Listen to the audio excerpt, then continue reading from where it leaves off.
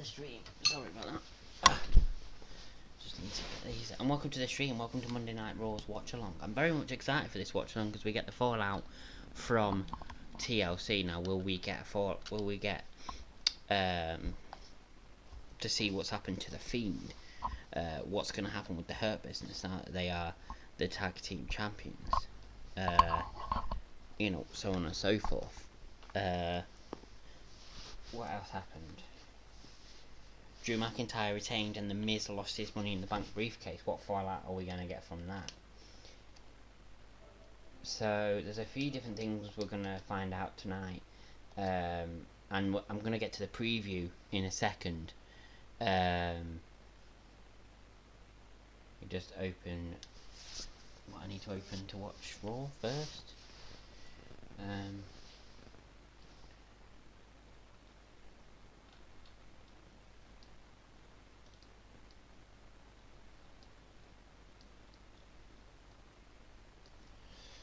So I'm going to just edit that as well.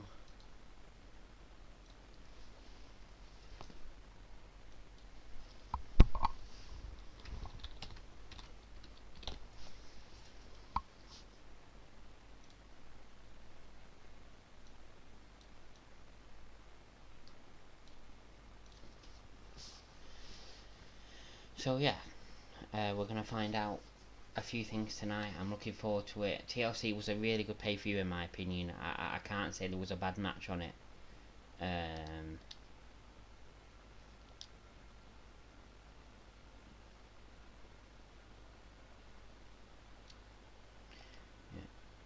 Okay.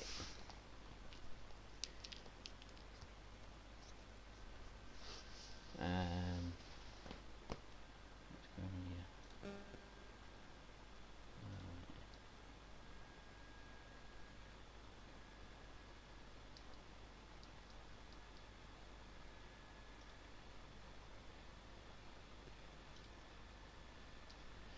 Right.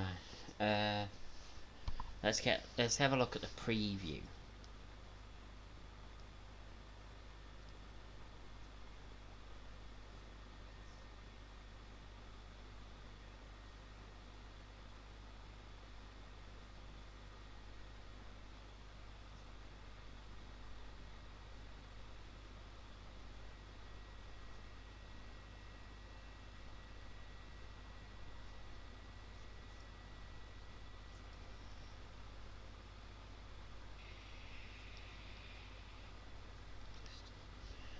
Sorry. Right, so just get rid of these on my phone and then we'll get on with the preview. So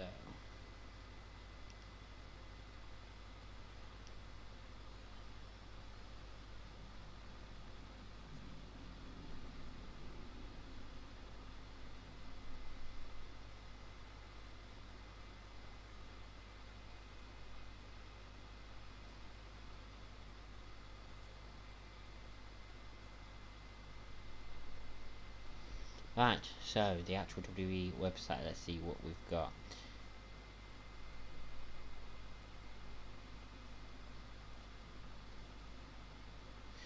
Okay, so Drew McIntyre, Sheamus and Keith Lee to battle AJ Styles, Miz and John Morrison in a 6-man street fight. That'll be interesting, a 6-man street fight, never even heard of that. The Hardy Bros, so not Matt Hardy back in WWE, Jeff Hardy and Matt Riddle, are going to be going against they're going to be in a 6-man tag. Oh no, sorry. Oh, they're going to be going against Bobby Lashley, MVP of the Hurt Business. MVP getting in the ring.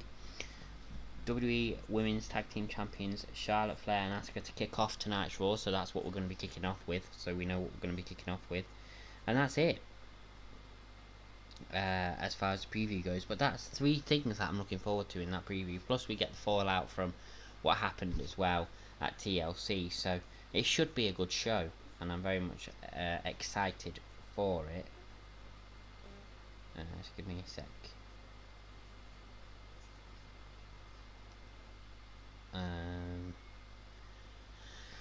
So yeah, let's, we'll have to see what comes of it. As I say, I'm quite excited about it.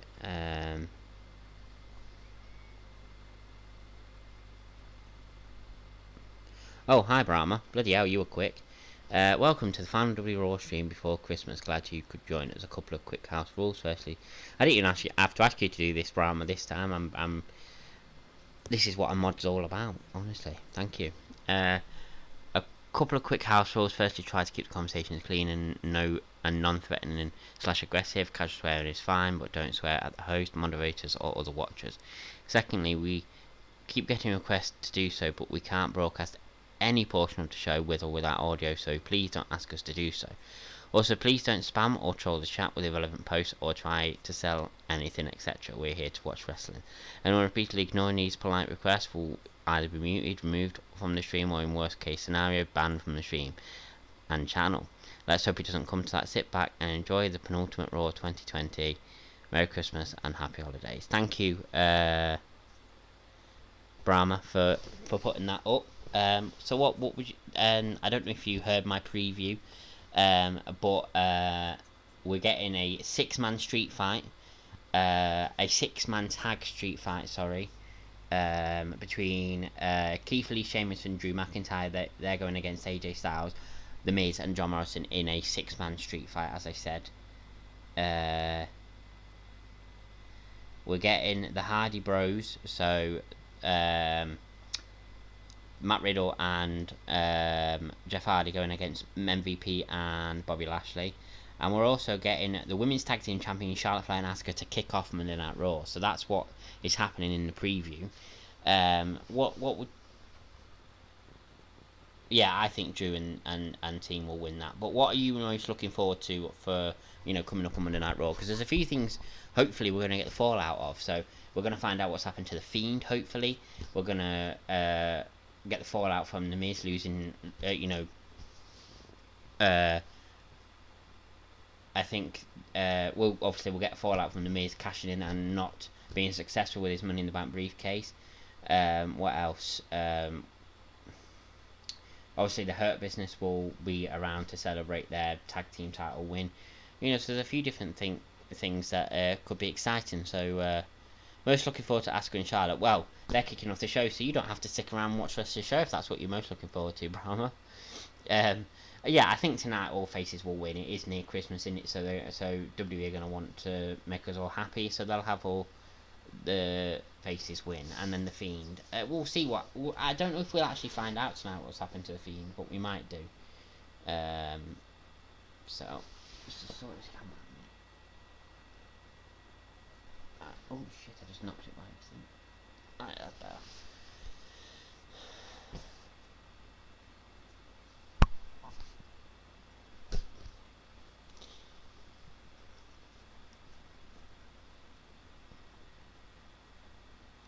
Oh, so the character is going to evolve. I see.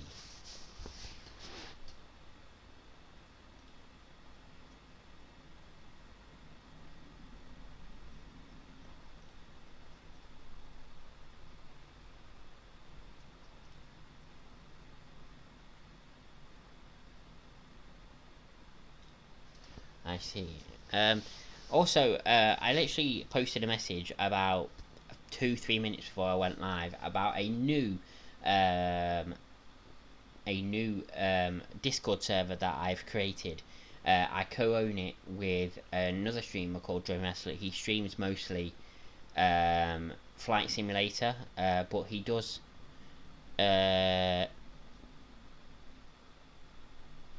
stream on occasion different things like Fortnite, Rocket League, stuff like that. But mainly it's Flight Simulator.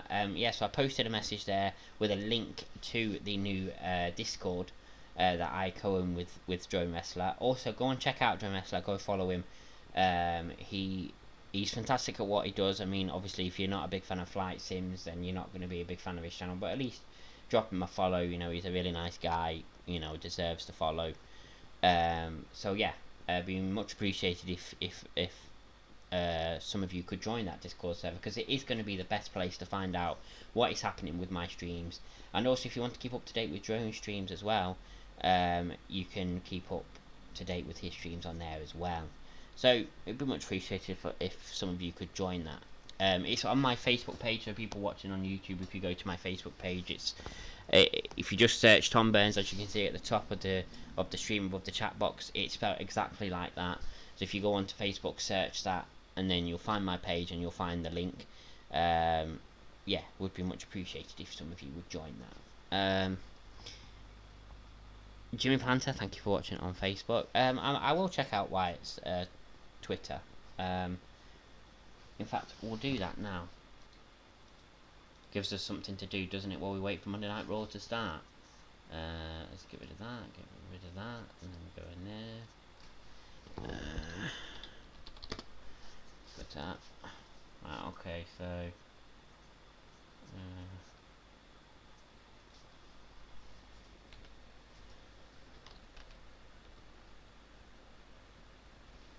there's Bray.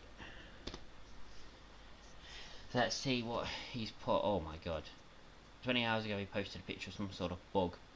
The thing about fire is, it does what it pleases. I burn you, you burn, we all burn eventually. Okay. Dear Randy, it is all a red circle. One ending was just another beginning. The angel with the burnt wings is waving you on home. You can't kill it. Oh.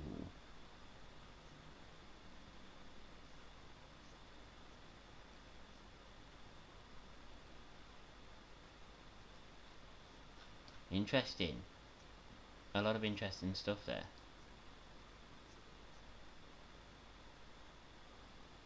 Yeah. So yeah, I'm looking forward to seeing the evolution of the Fiend. Whether we see that tonight, I don't know. Maybe WWE will want to sell it a bit and have him return next week on Monday Night Raw.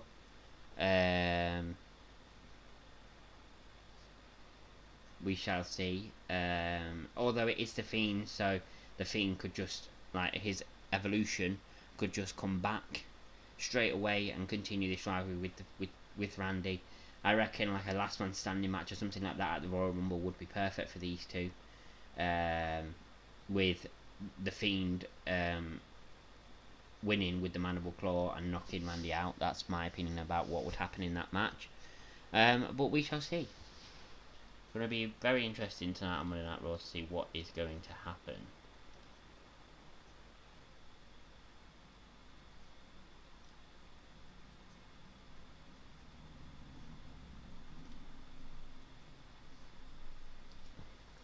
Or have him return at the Raw. Yeah, it could be. He could be in the Royal Rumble match. I'd like to see the Fiend, or the evolution of the Fiend, in the Royal Rumble. That would be a very interesting turn of events. I still think you could have him return on Raw tonight, and also, or maybe just have Bray Wyatt return on Raw tonight, like in the Funhouse, or in some way, and then, like Bray Wyatt say, you may have tried to kill the Fiend, but something even stronger is on the way, or something like that, and then have like the evolution of the Fiend return at the Royal Rumble or something like that. My picks to win the Royal Rumble are Edge or Wyatt. I think they're good picks. The problem with Edge winning is it was very obvious that Edge was going to win the Rumble up until the point that Randy Orton lost the title. There is no need for Edge to win the Rumble now, because it is supposed to be Edge versus Randy Orton at yeah, maybe do a mock funeral on the Funhouse. That could work. Yeah, I don't think there's a need for Edge to win the Rumble now, because it's supposed to be Edge versus Randy at WrestleMania, and unless Randy wins the title back at some point soon, which I don't think is going to happen, there's no need for Edge to win. So I think Edge will be in the Rumble. I think that's when he'll return, but I don't think he'll win it. I think he might get close again, but I don't think he'll win it. He might get eliminated by Randy Orton, for instance, in the Rumble, which sets up another match. Obviously, you know, they've got unfinished business anyway, so you wouldn't even need to do that, really. But yeah, Edge versus Orton for the title. It's not going to happen though, is it? Because Drew's not going to lose the title until WrestleMania 37 now, and even then he might retain it. So it's not going to happen. Rollins will return at the Rollins will return at the Rumble. That is, I predict that. A lot of people are saying that Becky's going to return at the Women's Royal Rumble. It's too soon. It's too soon after giving birth for her to return then. I mean, this is Becky. I mean, she is amazing and she does things that nobody would expect, but I don't think she will return at the Women's Royal Rumble. It's too soon. I think if she did return at the Women's Royal Rumble, I think Ronda Rousey might have a chance to return. Well, I think Ronda Rousey will return as well, so that they could have an altercation in the Royal Rumble, which would maybe lead to both of them being eliminated and maybe lead to a WrestleMania 37 match between the two.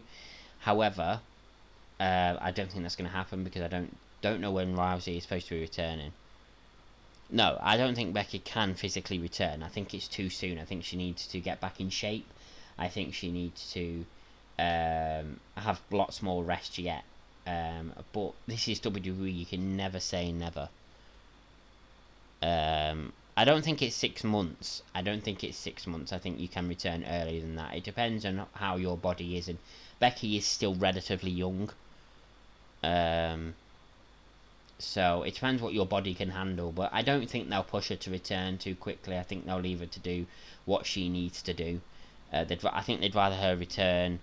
I think they'd rather her return and be fully fit than be, half the woman she was before. The Women's Rumble winner, Lana, or nah. Lana's got this story going on that would, but I don't think. I think Lana will return at the Rumble, but I don't think that she'll win the Rumble. I think that's too far. And as far as Naomi, why would Naomi win it? She's hardly appeared on television. She's not been getting any sort of push. Why would she win the Rumble? Unless some sort of movement happens over the next couple of weeks that make WWE think, shit, we need to have her win the Rumble. If in my humble opinion, I think the Royal Rumble winner this year, because she got so close last year, I think it will be Shayna Baszler. If not Shayna Baszler, I think Rhea Ripley perhaps. I honestly don't have really any picks for any Rumble. I like that because usually you can figure out who's going to win what Rumble every year. You've got your favourites to win, but I don't think there's any favourites to win this year. You've got your picks, I mean, like we've said, but I don't think you can outright say, oh yeah, they're definitely going to win the Women's Rumble, or they're definitely going to win the Men's Rumble. I think it's open this year, which I really do like, because it doesn't happen often enough. But as I said, rumours state that WWE want to do something different with the Royal Rumble this year. However, judging by the trailer that they released on TLC last night of the Rumble, which I think is the first time they released trailers of about the Royal Rumble, it looks as if they're going to be going ahead as normal. But then we've got about 5 weeks until that point, so things could happen, things could change. You know what I mean? So we'll see.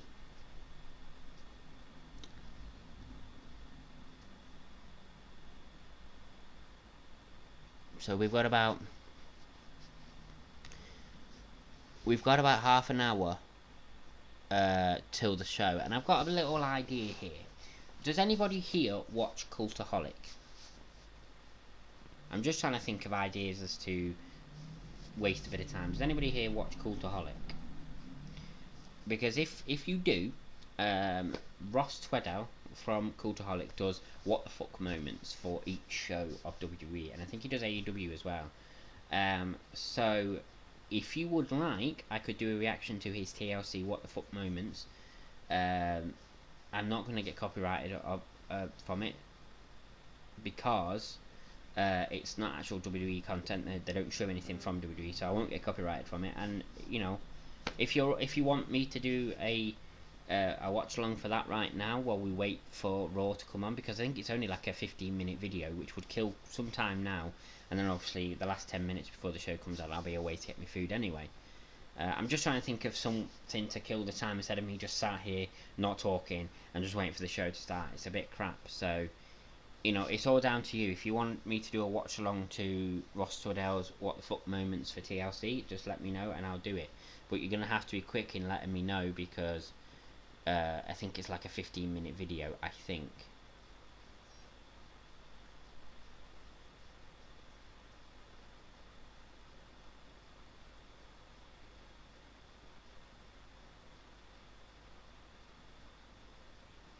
It's up to you guys. We don't have to do that. It's just an idea.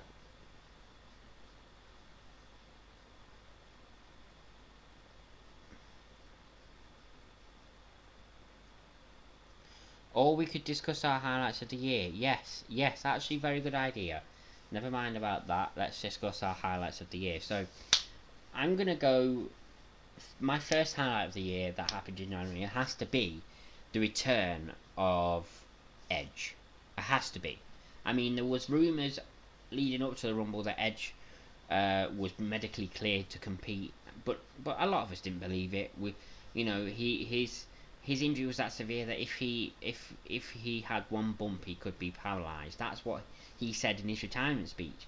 So a lot of us were like, "Nah, it's not going to happen," and then it did, and he did return, and it was one of the biggest returns in WWE history. 11 years? No, sorry, 10 years in the making, that return, or was it 9 years?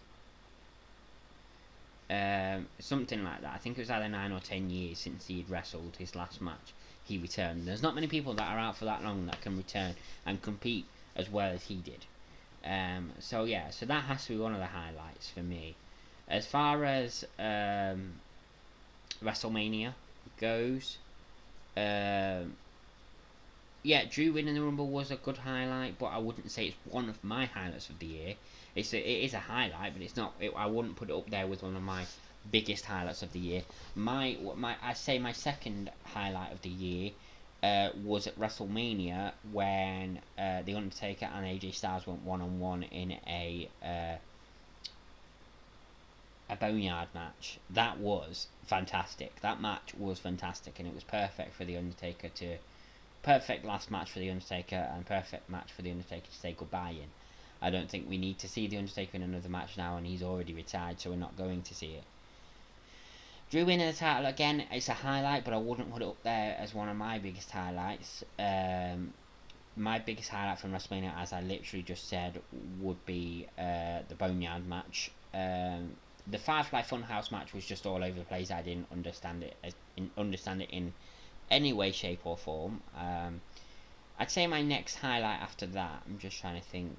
I'd say my next highlight after that has to be the Braun versus Wyatt rivalry, where Braun faced faced all the different Wyatts. So he faced Funhouse Wyatt, the old Wyatt, and then finally he faced the Fiend.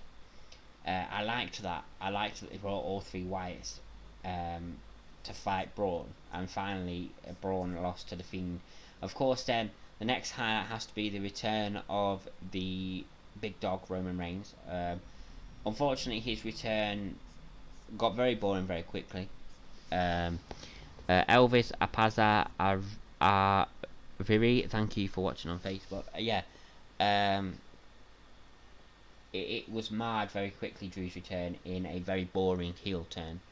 It was okay to start with. The storytelling was the best part of it, but since Jay has aligned himself with Roman, it's just got a bit boring. It's just like Jay helping Roman, every step of the way, and Roman proving that he can't do anything by himself, and it's just got very boring very quickly. That story. It could have been a lot better. Let's put it that way. So yeah, so you have the return of Roman. Before the return of Roman, obviously the other highlight I would say would be the Fiend winning the Universal title for the second time. That was a highlight for me because I want the Fiend to be champion. I think he's a great champion. Another highlight for me then would be Asuka becoming the Raw Women's Champion. Another highlight for me then would be Sasha winning the SmackDown Women's Championship. I'm trying to think of what, and then I'm trying to think. I would say another one of my highlights would be Drew winning the title back off Randy Orton and becoming a two-time world champion.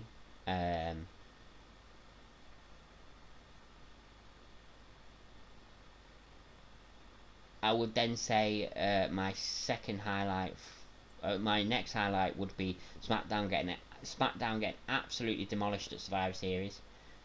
Also, the Drew versus Roman match was a big highlight for me in the year. Probably the second biggest highlight for me of the year, behind Edge returning.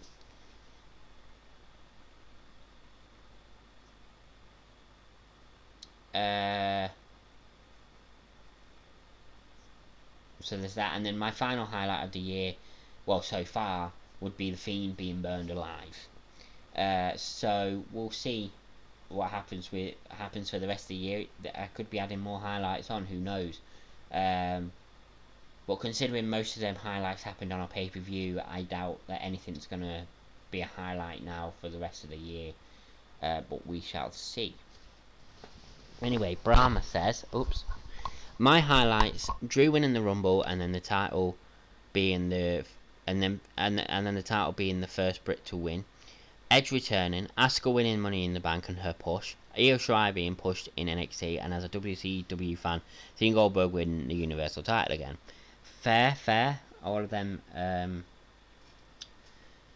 highlights are very fair. Yeah, I liked the fact that Asuka won the Money in the Bank. Also, another highlight, of course, has to be Becky Lynch announcing her pregnancy, and Asuka being awarded the Raw Women's title because it was inside the Money in the Bank briefcase. That has to be up there as one of the biggest highlights of the year.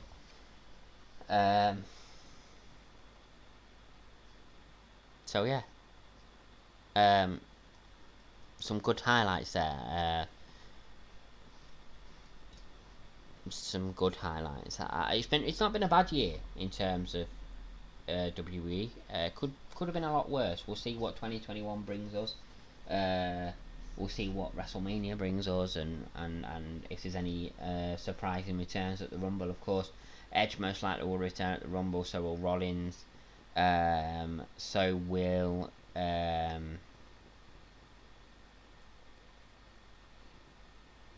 don't know who else actually. But yeah, some good highlights from this year, and 2021 I imagine will be full of highlights as well. I'm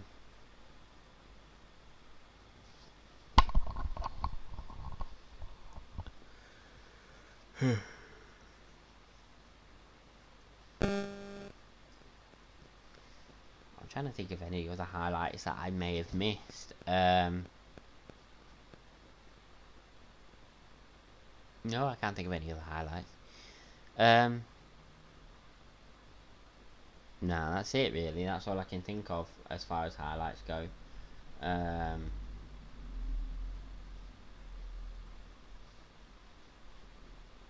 So I tell you what we'll do. So we've got the Slammy Awards coming up. We'll go through each award, and I will tell you who I think should win said award, and you lot can tell me your opinions on who should win the award, and we'll see how our opinions differ. That's a good idea.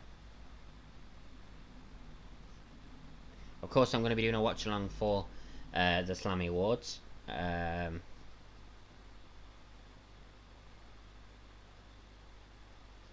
So here we go.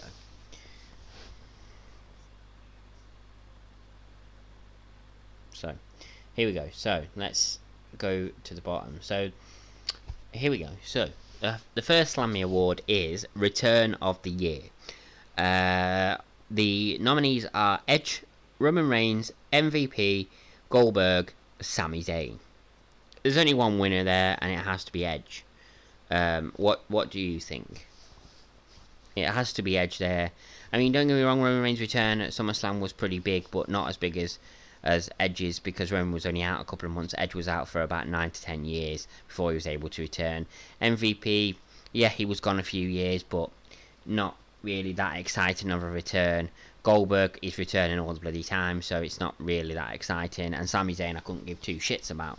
So it has to be Edge for me. What would you lot say?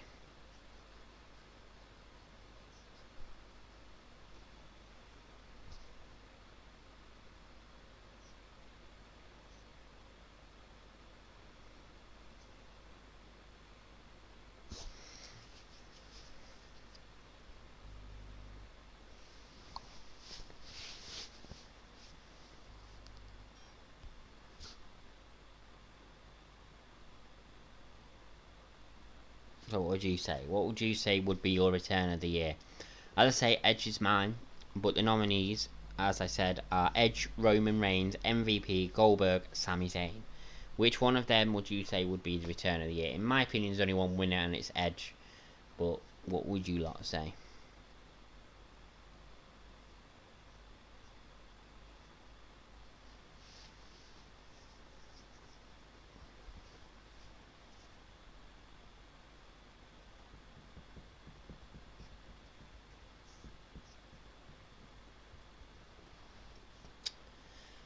We'll move on to the next Slammy Award in a minute. Just wait to see if anybody else has a response to who they think should win the Return of the Year Slammy Award. I suppose for defying medical science, Edge. Well, it's not just for defying medical science, is it? It's just it was 9 to 10 years that he was out, so returning above everybody else on that list. Roman was only out a couple of months, so was Sammy, but nobody gives two shits about Sammy. Who else was there? MVP. It's not really. I weren't that excited. I mean, and Goldberg, he's returning all the time. I mean, Goldberg returning to win the title was... Yes, winning the title was unexpected against The Fiend. We didn't expect The Fiend to be beaten. But Goldberg returning, not that much of a shock because he returns all the bloody time. So, and I'm not saying I'm not a fan of Goldberg, but if you think about it, in that category, there's only one winner. So that's that category. So, Tag Team of the Year. The Golden Role Models, so Sasha and Bayley, Nia Jax and Shayna Baszler, The New Day, The Street Profits, or Shinsuke Nakamura and Cesaro. Now, for me, I would say my Tag Team of the Year, The Street Profits. They have been Tag Team Champions for most of the year. So, in my opinion, The Street Profits are Tag Team of the Year. What are your opinions?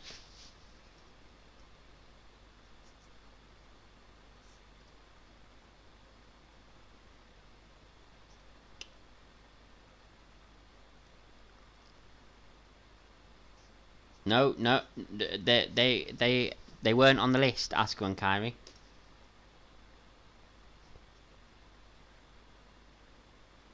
No, Iconics weren't in the nominees either. I've just read out the nominees.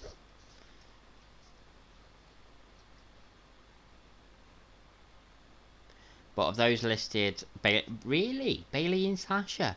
I mean, I suppose they have had an impressive 2020. I mean, they did split up about 4 months shy of 2020 ending, but yeah, I mean, they held the tag team titles, and then they held both the Raw and SmackDown Women's titles as well, didn't they? So I suppose you could say I'm doing this based off the official lists. I'm on WWE.com looking at the official lists. That's what I'm doing it off Brahma.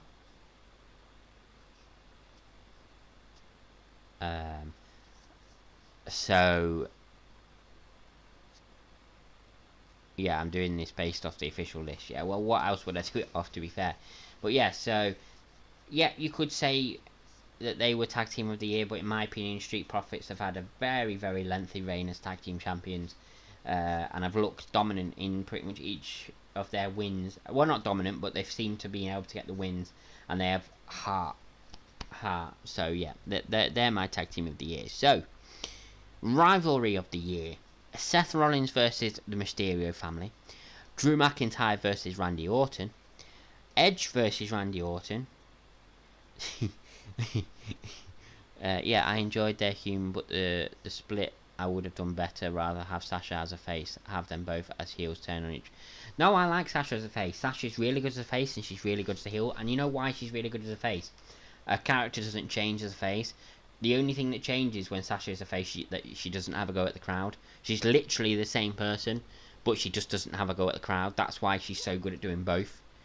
Anyway, so yeah, Rivalry of the Year: Seth Rollins versus the Mysterio family, Drew McIntyre versus Randy Orton, Edge versus Randy Orton, Sasha Banks versus Bayley. This is a funny one. R-Truth versus The World, because obviously he's been 24/7 champion for most of the year, so he's been against everybody. And Lana versus the announce tables. Now, the WWE being very funny here. Lana versus the announce tables, of course, she's been for the announce tables. And I would have to say, as stupid as it sounds, I have to say my Rivalry of the Year has to be Lana versus the announce tables, because that has been, out of all them rivalries, that is, you know, that has been the... Well, I didn't like the fact that she went for the announce tables week after week. I thought it, you know, in fact, I thought it was verging on bullying, in my opinion. But what I thought about it was that the rivalry is, in my opinion, the one that sticks in my head the most, because she went for all them announce tables, but now has come out of it better off. So going for all them announce tables has actually helped her. So yeah, in my opinion, Lana versus announce tables, as stupid as it sounds, I would put that as a rivalry of the year. You would say R-Truth versus the World. Is that a serious? Is that serious, or are you just joking about?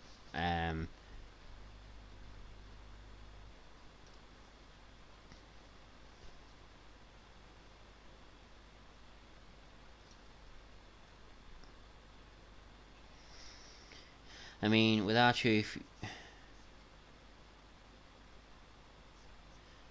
you had Ron Gronkowski get dragged into it, so R-Truth and the 24/7. Oh, you're serious, right? Okay, well that's fine, Brahma. So you would say R-Truth versus the World, fair. So let's get into match of the year. Now we're getting to the serious ones.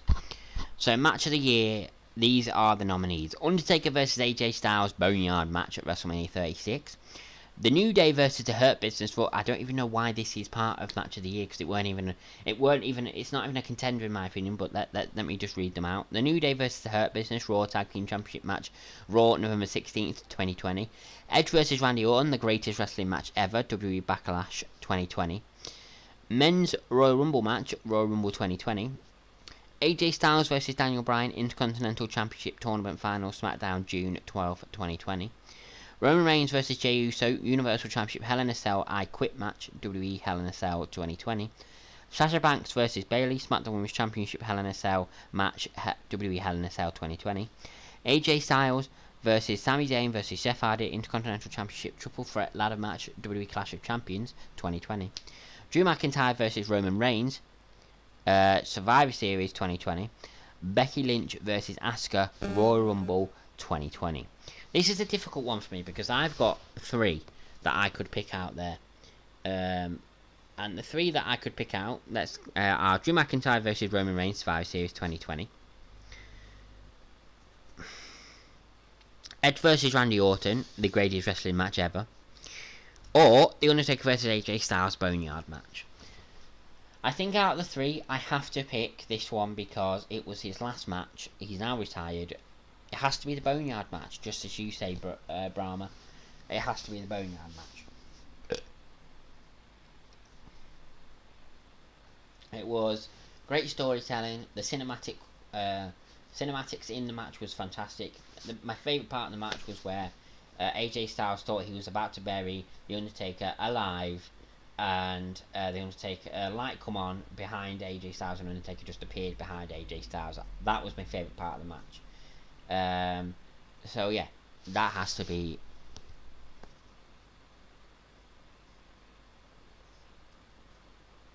Elhad, please refrain from calling me anything and asking to see the TV show. Brahma, if you could sort that out for me. So yeah, so Undertaker vs AJ Styles Boneyard match has to be match of the year. We get to the biggest award now, which I'll get to in a second.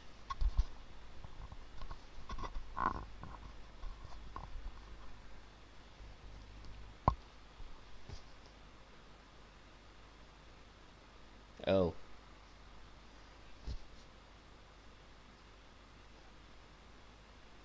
I can't even see his messages. I don't know where he's messaging. I don't know if he's messaging on Facebook or if he's messaging on YouTube. I don't know where he's messaging from.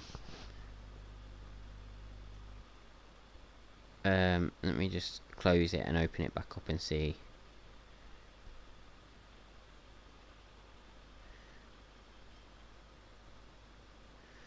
I want to ban him, but I can't seem to find him the same as you.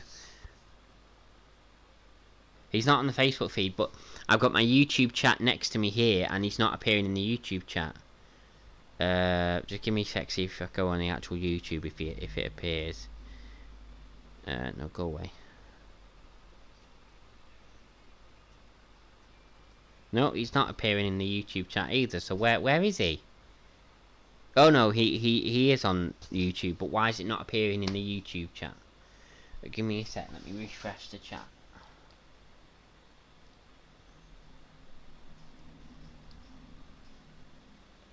top chat. That's why. There we go. I'll just ban him now. He's on. There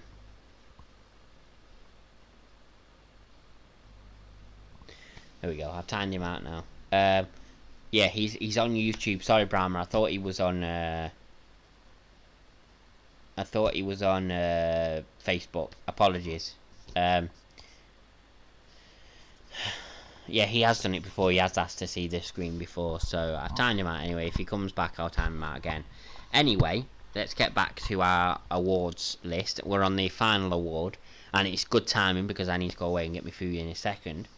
The final award, of course, is Superstar of the Year. The Superstar of the Year nominees are... for some reason on YouTube you can only time them out. I've never figured out how I actually ban them for the night. I mean, if you know, tell me. But anyway, Superstar of the Year, the nominees are Drew McIntyre, Roman Reigns, Randy Orton, Braun Strowman, The Fiend, Bray Wyatt, Asuka, Sasha Banks, Bayley, Becky Lynch, and Charlotte Flair. Now, no offense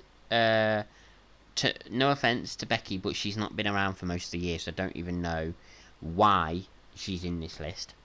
Charlotte Flair's been gone for half the year as well, so don't know why she's in the list. But in my opinion, it has to be either Drew McIntyre or The Fiend for me. If I had to go for one between the two of them, it'd have to be Drew McIntyre. Drew McIntyre has had a hell of a year. And yeah, he's just had a hell of a year, hasn't he? So, and I guess as a special award, I'd say Undertaker, if only to mark the fact that this was his swan song. Well, yeah, but they're the awards. We've gone through the awards. I'm going to be going in a second to get my food, but I do want to figure this out. Open web browser. I do want to figure this out to see how I ban people. How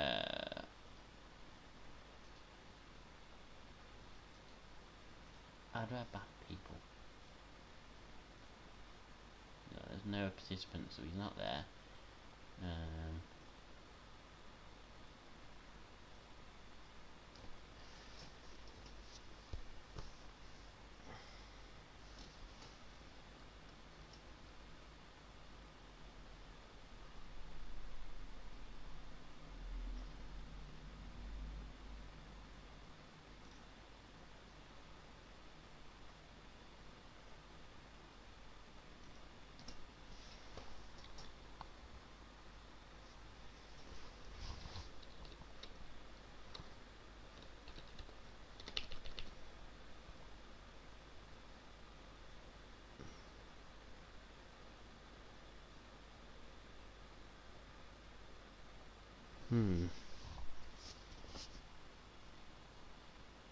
I don't know how to do it.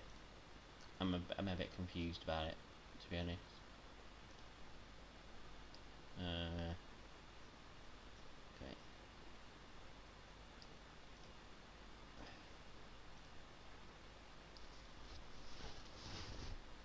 Yes, if we can figure it out, I'd suggest we ban him, as this has happened before a couple of times with him. I'm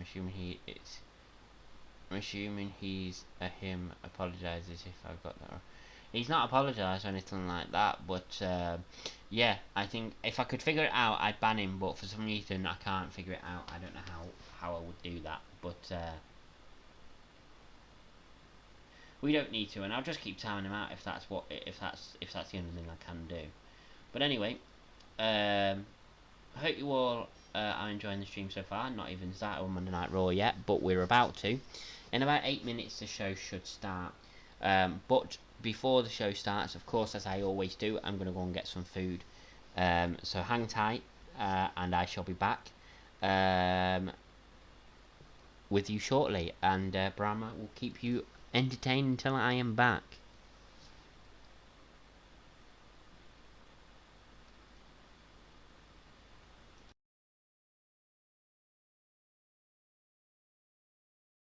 Merry Christmas! Shahid Hussein, thank you for the follow.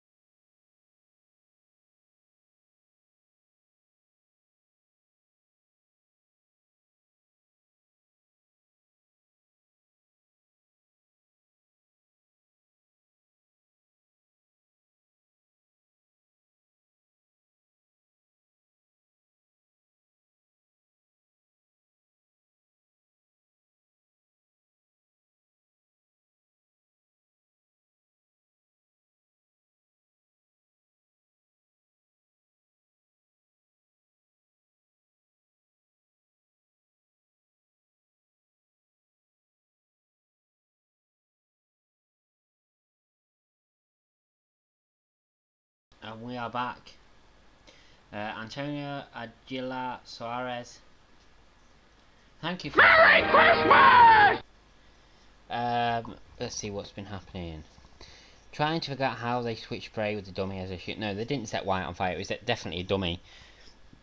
Either they actually did, and hence the show ended quickly so they could douse it. No, they didn't. Definitely. It was obviously a dummy. James Kelly, thank you for the follow. Jesus, quite a few follows today. Because Wyatt has a belly. The dummy had a flat stomach, so it was definitely a dummy. Also, Christian Lopez, Luis Ramirez, and Cetus Moffat, thank you for watching on Facebook. Let's see. So we're kicking off with the Women's Tag Team title champions. We know that.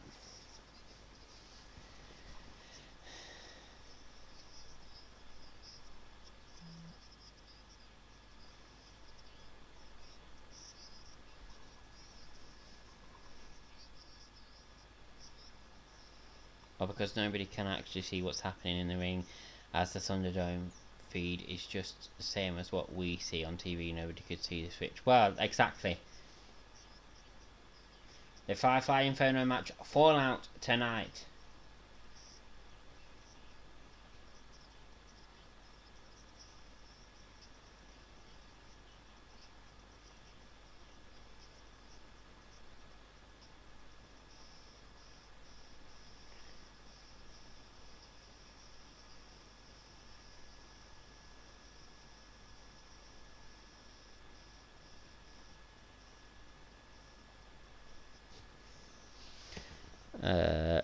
Rakim, thank you for watching on Facebook. So Charlotte Flair's out.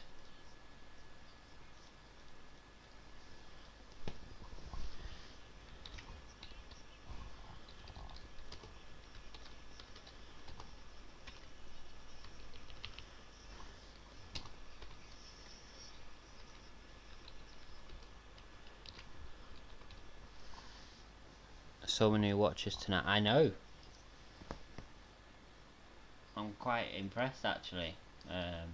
Just wish there was more of them in chat. You know what I mean?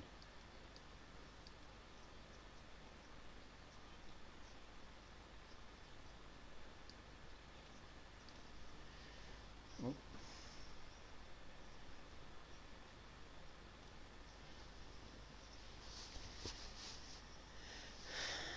Ricardo Castillo, Saga de Geminis, Britt Fuller, and Angel Sanchez, thank you for all watching on Facebook. Much appreciated.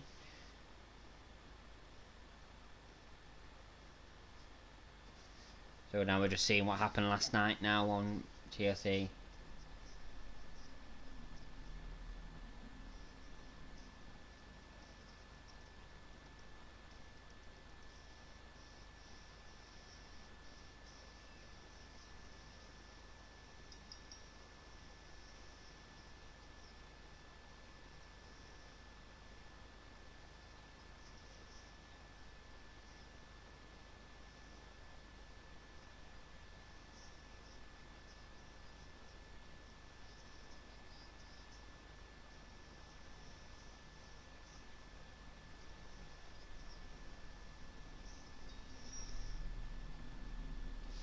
Ricardo Aguatiero, thank you for watching on Facebook.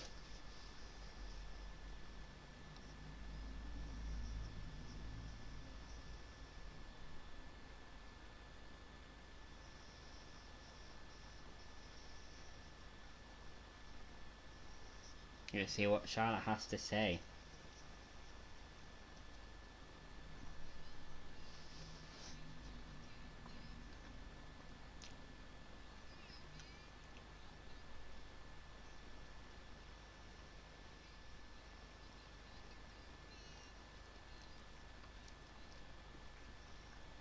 Charlotte says, what would the Thunderdome be without the Queen?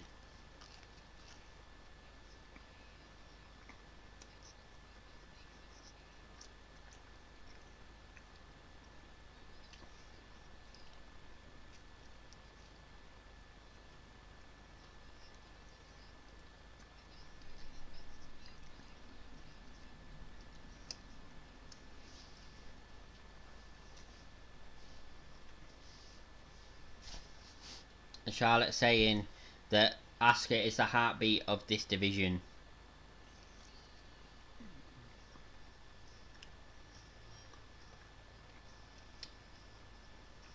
And look at that, Asuka looks great with 2 titles. Brizalda, Basabe, Chris Castillo and Shawn Michael McCauley, thank you all for watching on Facebook.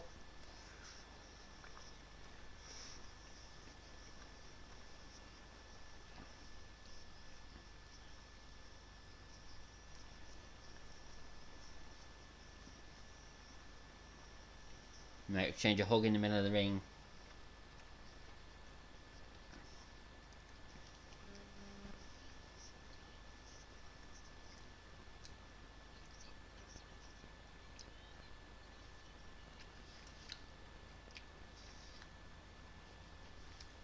Asuka, as usual, being mental in the ring.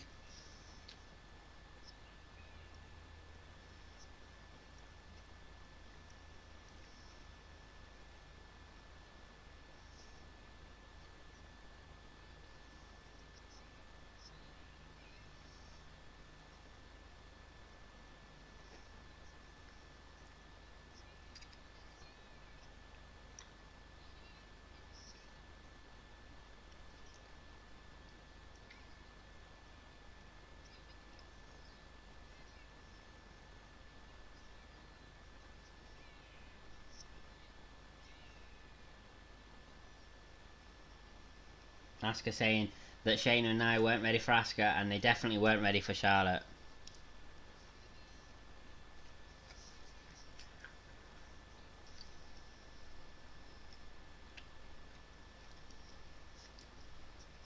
And here is Nia and Shayna.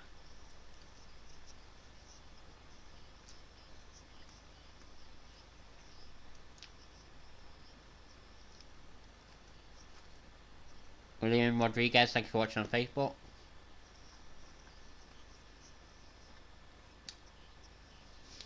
So it's Mandy Rose and Dana Brooke versus Shayna and Nia tonight.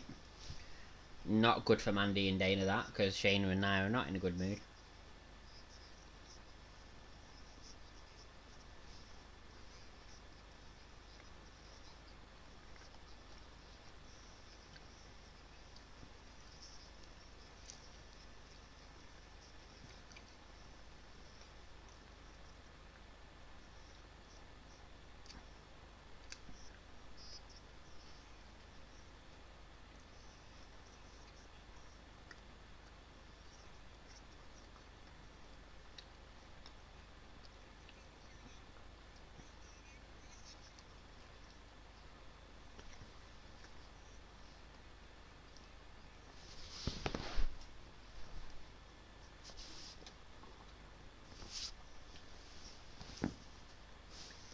Charlotte was about to ask for a title shot, then got yes, she was.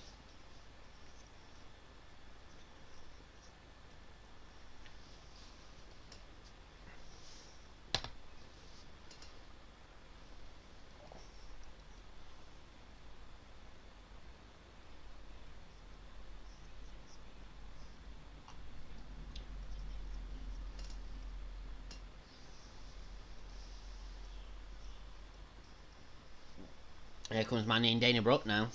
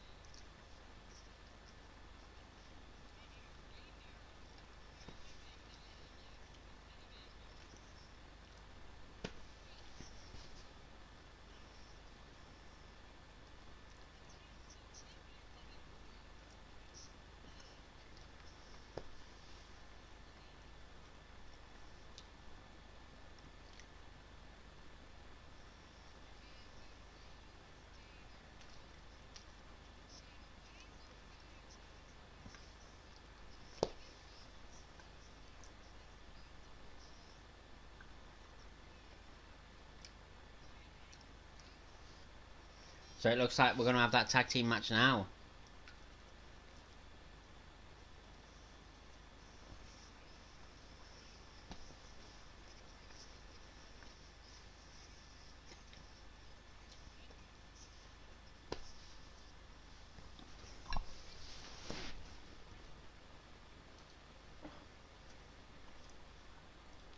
Let's get that up here.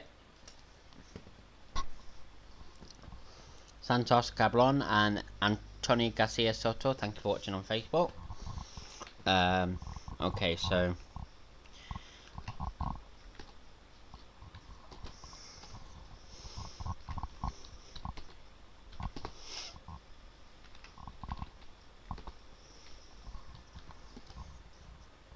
oh, Raw Legends Night, 2 weeks away, and we're going to have a lot of legends on it apparently.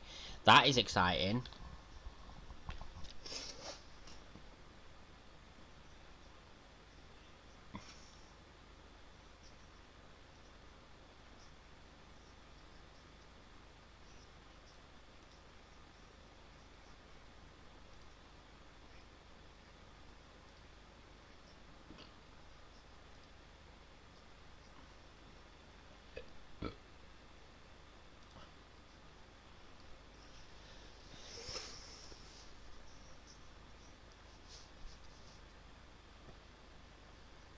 So that'll be interesting. Legends Night, 2 weeks away. So the first Raw of 2020 will be Legends Night. They did list off some names that are going to be there, but I honestly can't remember. Yeah, Kurt Angle will be there. I'm pretty sure they said Tori Wilson as well. I can't remember who else. Oh, but it should be interesting, though. I can't remember Brahma, if I'm being quite honest. I weren't really paying 100% attention. I was trying to type out the current match thing.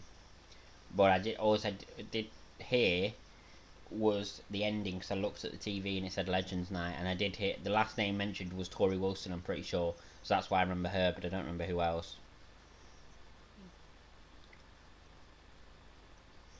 Trying to identify who the women were apart from Beth Phoenix and Tori Wilson. Well, I heard Tori, I didn't hear Beth, but I said I wasn't paying 100% attention.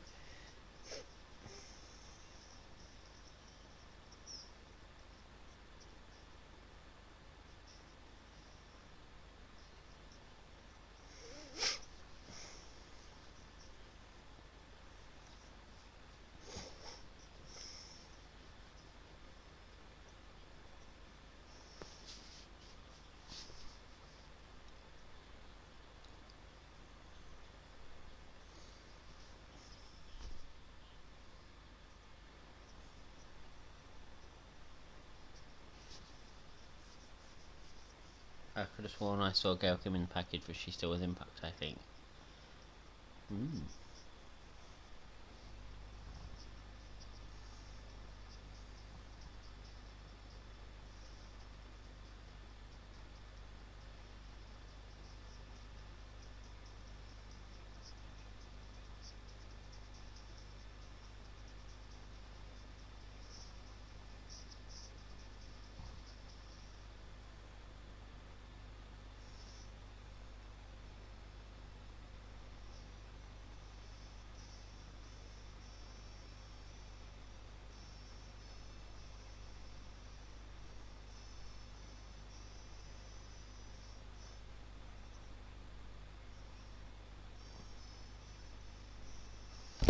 I can't find anything online, but I think that might be because it's literally only just been announced, so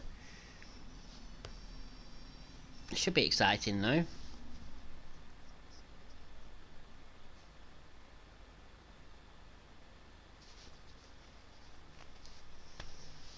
And here we go, we're about to get underway with this match. I hope Naomi comes tonight. Emily Jackson, maybe, who knows? I doubt it, she's not appeared for a while, but who knows? Here we go. Mandy starting with Shayna, and obviously Mandy was injured by Shayna, so that's quite personal there. Yeah, and return, yeah.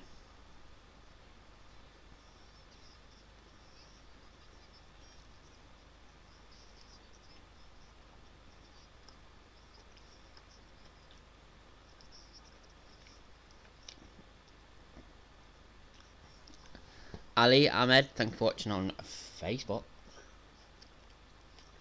I was going to say Goldberg would return, but he's SmackDown. Not necessarily. Why is he SmackDown? He's not been drafted.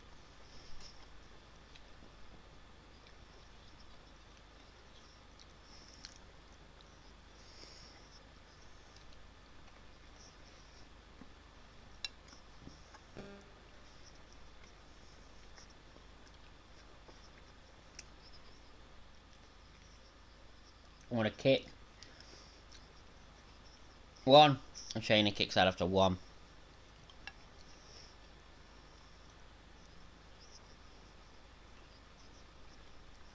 So Asuka will be facing Lacey Evans and Peyton Royce later tonight.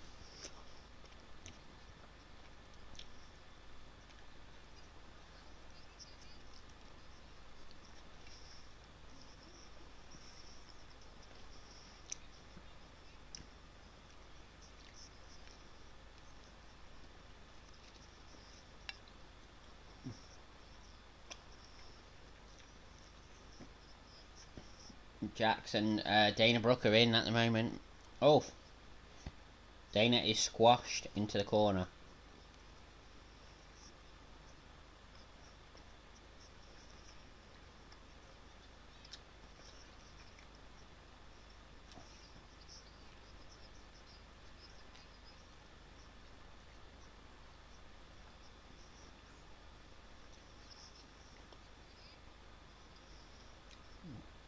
I just noticed that there's some scary guy.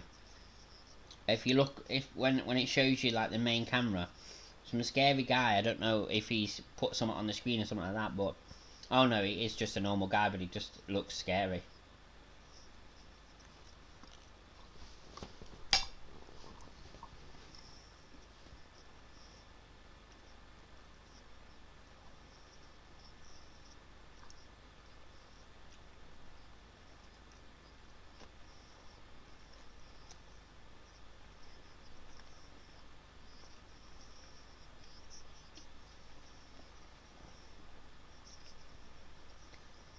Nia Jax being turned inside out there. Nia Jax is very much dazed now. The legs being chopped down, and then the knee to the back of the head of Nia. Shayna just gets kicked as well.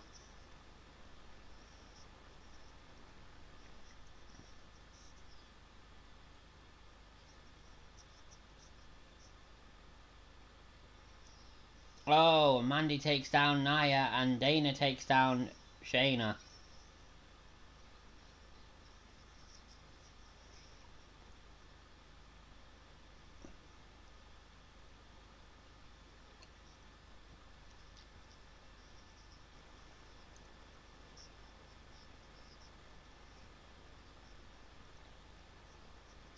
Nia going back in the ring.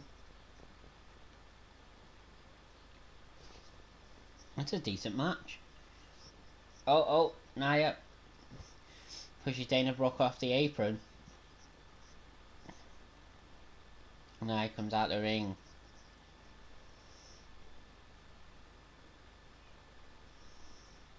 Oh, Mandy goes into the barricade. And now we go to another commercial break. 2 within 20 minutes. Jokes, really, isn't it?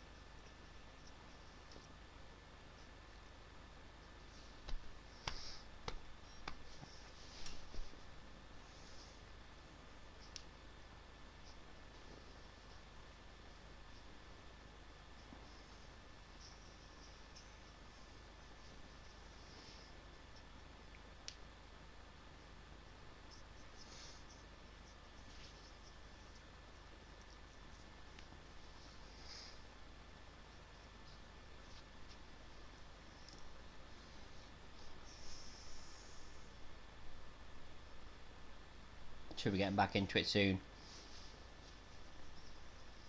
Not been a bad start to Raw. Predictable, of course, but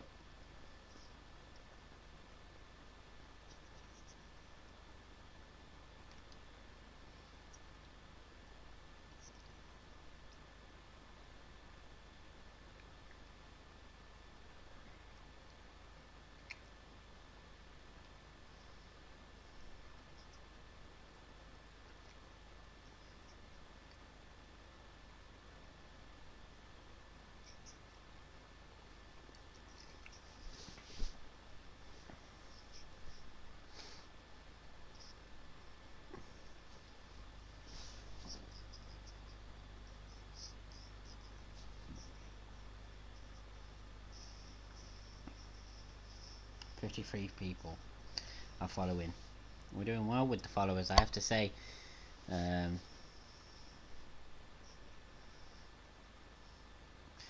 we'll get back into it. Let's see who's going to win this match between Dana, Mandy, Nia and Shayna.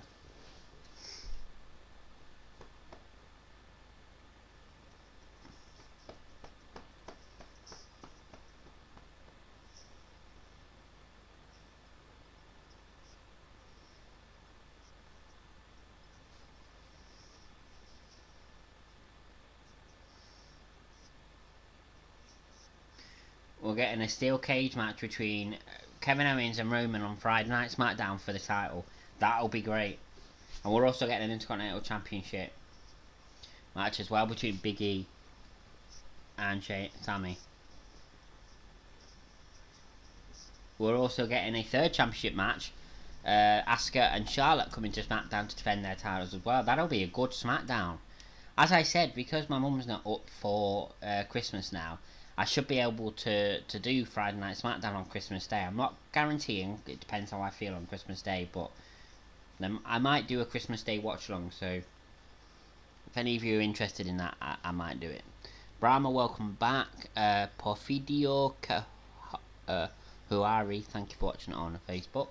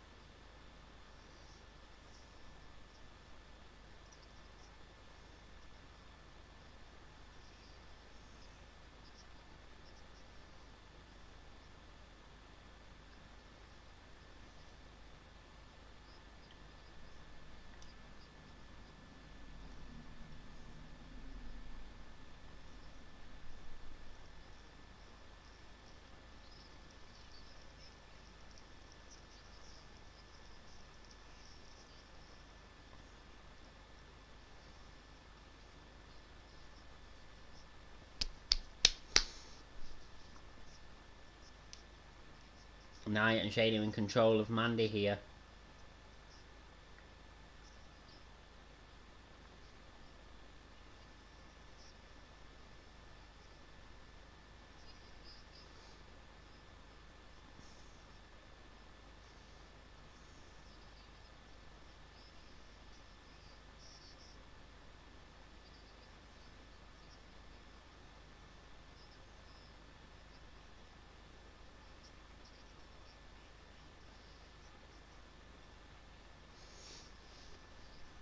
Miss TV special guest AJ Styles later tonight.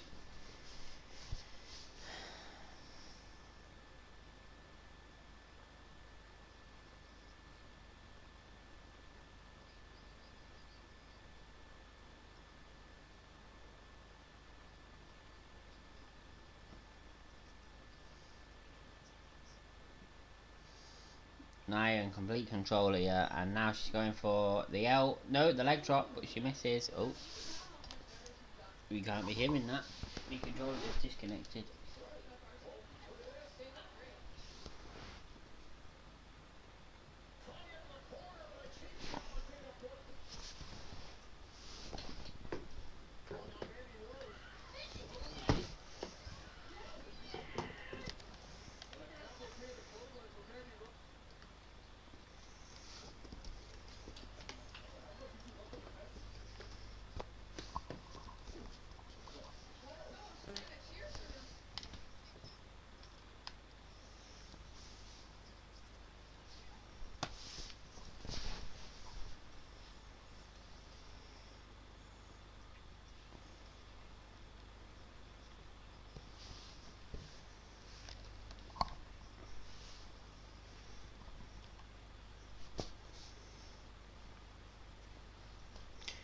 So they've taken control again. Mandy and Dana. Oh, Shayna went for the kick. Oh, what an enziguri from Dana Brooke.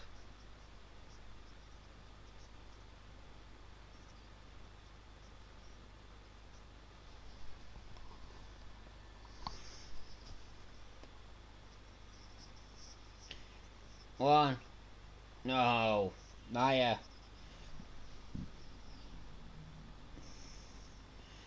What a knee from Mandy Rose to Nia.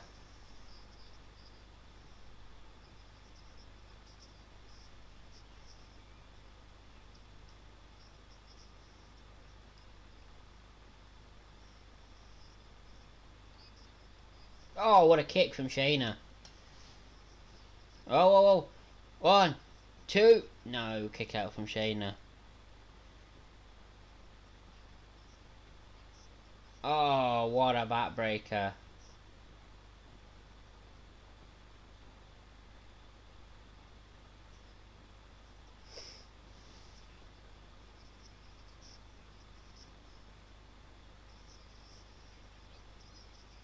Shayna missed. One, two. Baszler. And there we go. Shayna and Nia win thanks to a Karafuda clutch.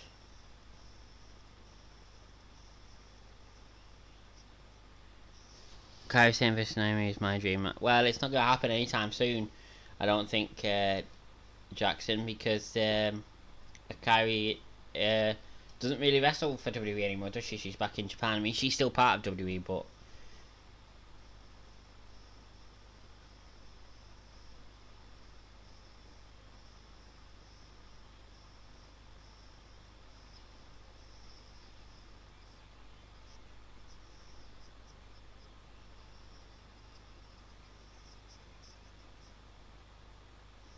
Mandy and Dana attacking Shayna and Nia after the match at WrestleMania. Yeah, it would be a decent match, yeah.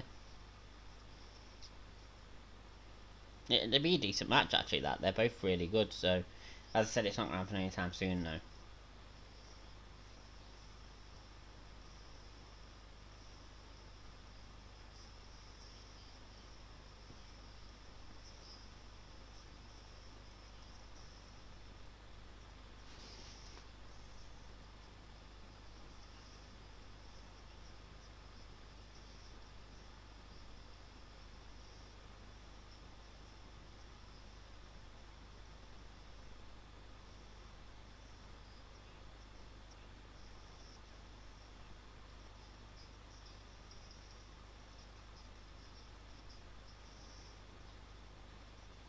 So now they're talking about the Raw Tag Team Championships.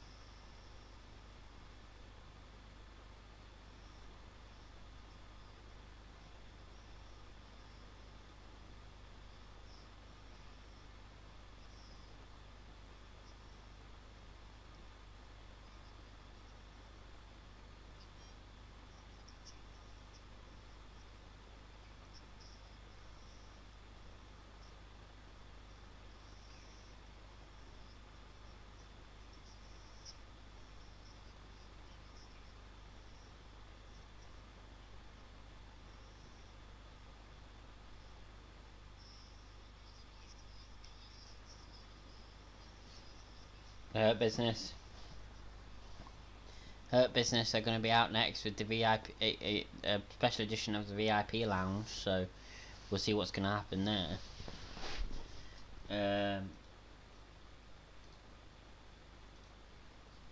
So yeah.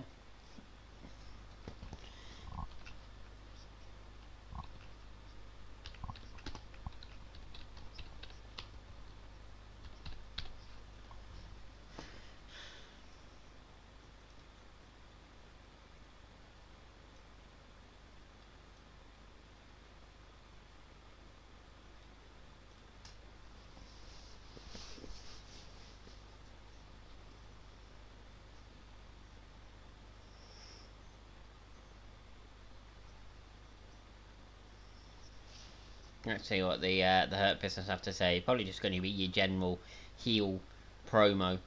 To be fair, the Hurt Business. To be fair, the Hurt Business shirt does look. It does look good, to be fair, but I won't wear it because I don't like the Hurt Business.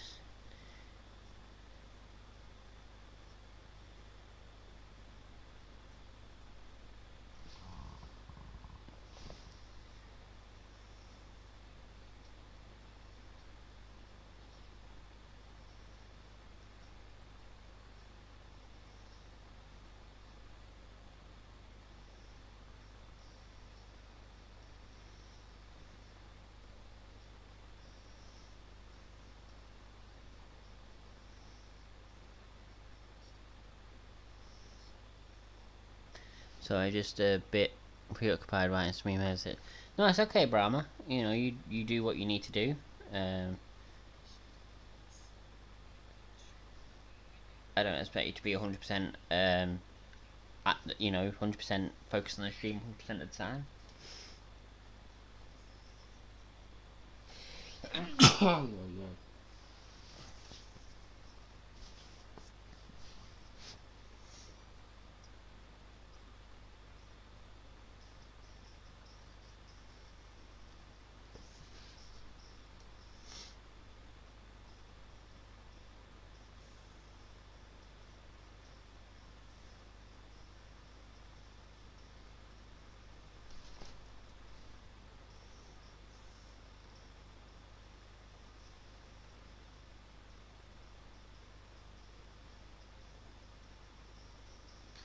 Should be getting back into it in a minute. We'll see what's going to be happening on the VIP lounge. As I said, it's probably just going to be a genuine heel promo.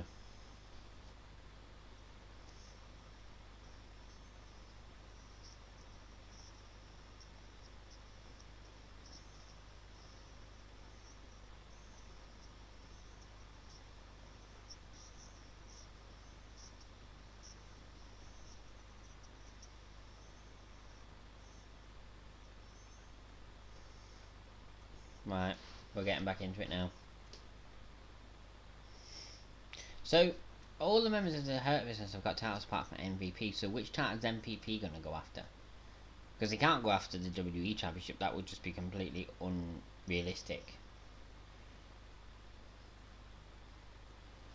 But, like, MVP is the de facto leader of this Hurt Business group, so surely the leader will want a championship of his own, but there is no championship left to win. Unless he goes after the 24/7 championship, but is that really impressive to have? He'd be much more impressive with the WWE Championship, which he will never win. It's not realistic.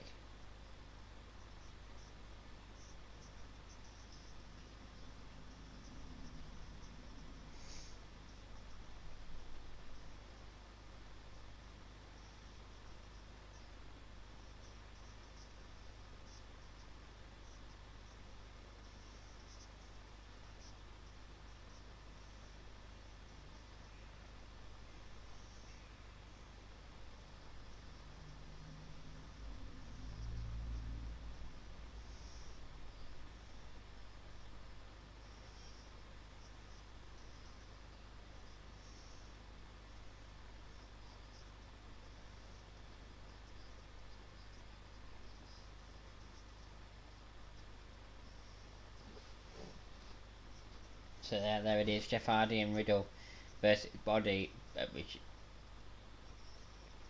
Lashley and MVP later tonight.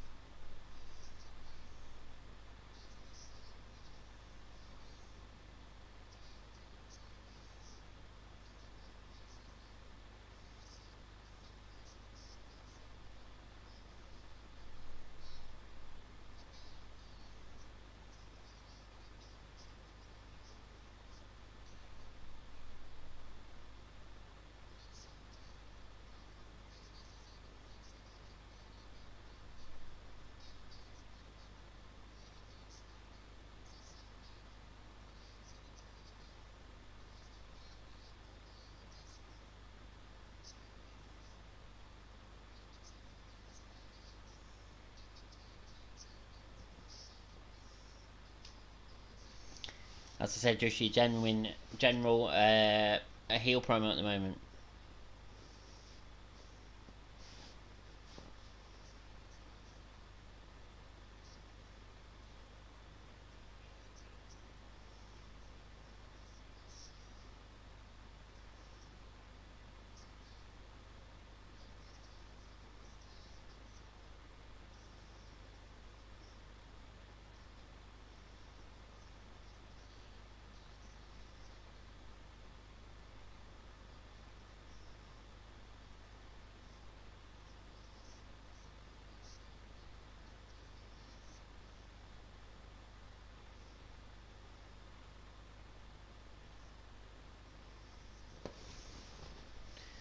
Potato. Hi, did Bobby Lashley retire at some point? No, Bobby Lashley is the United States champion. I don't know if you're taking the piss, but yeah, he's the United States champion at the moment.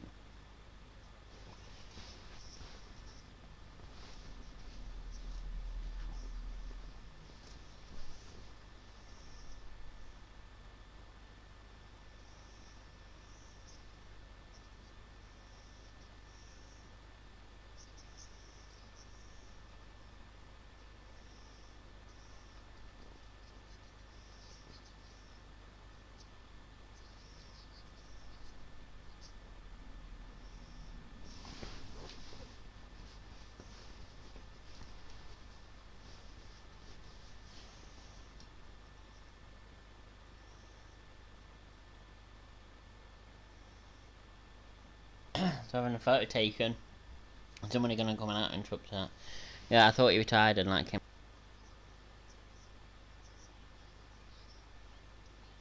24/7 champion R-Truth is here, and there's a herd of people following him.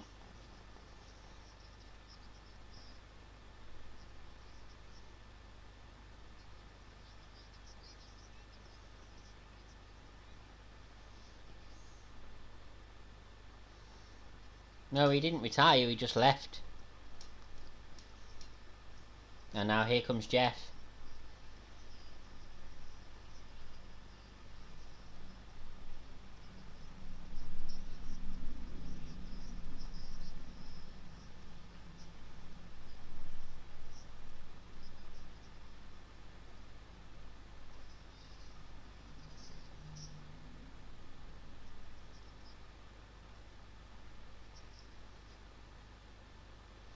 So here is the Hardy Bros.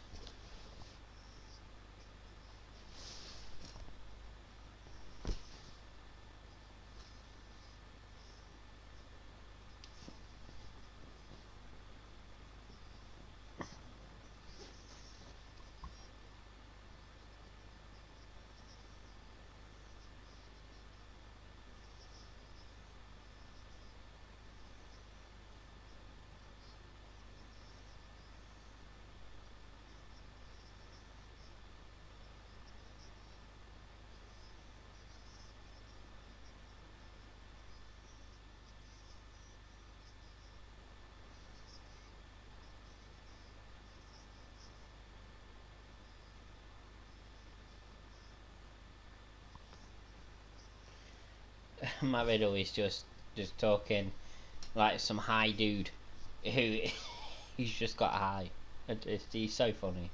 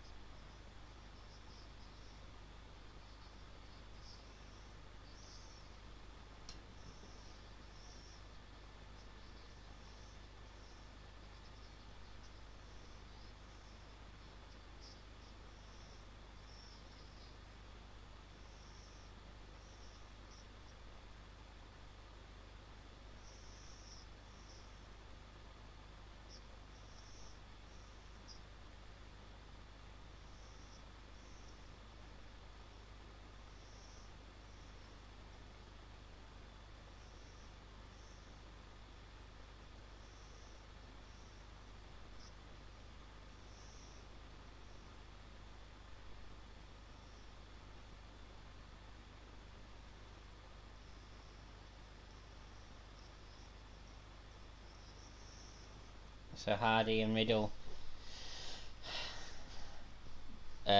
look confident going into the match tonight. Arnold Rottelbaum, thank you for watching on Facebook. So we're getting the Firefly Inferno match Fallout later tonight. Randy Orton is going to be out in the ring saying what he feels about what happened last night. Will the Fiend return during that segment or an evolution of the Fiend? We'll find out.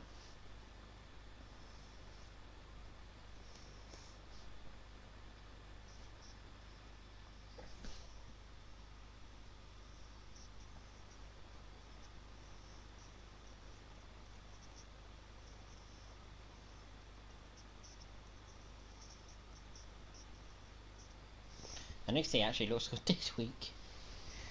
Nisa J Baka Tokas, thank you for watching on Facebook.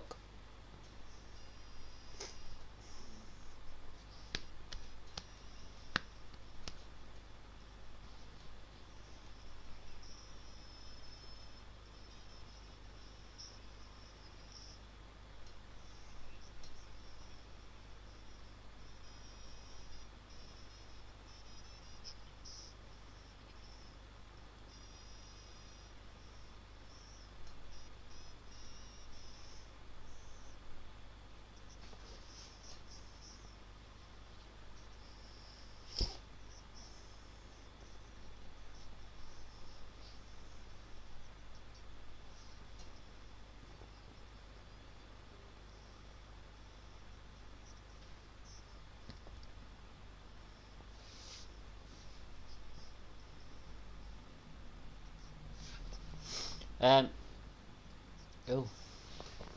Also, before I go any further, on my Facebook page I put a link in a link to a new Discord server that I co-own with another streamer called Drone Wrestler. He is a flight simulator streamer. He streams on Facebook, Twitch, and YouTube. Just search Drone Wrestler in any of them, and you'll find him. And it's a new Discord, so we're looking to get some people in there. So definitely, it's on my Facebook page. The link. If you're watching on YouTube, go to my Facebook page. It's Tom Burns as it's spelled on the page, just on the stream, just there as you can see above the chat box. Go there, join the Discord server, and that is where you'll find, and it will be the best place for you to find updates about what's going on in my streams. If I'm going, whether or not I'm doing a stream, blah blah blah. It's definitely the best place to keep in contact with me and keeping,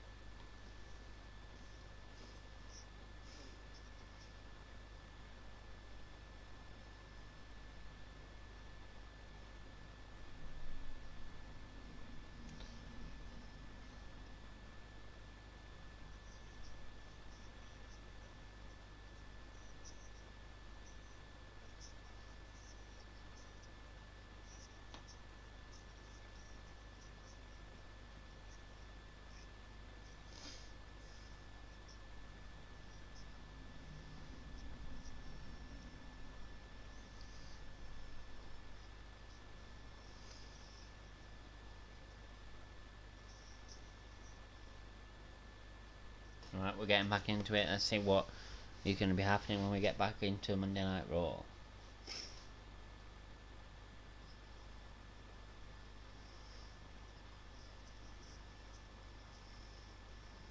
Gugulak versus Angel Garza.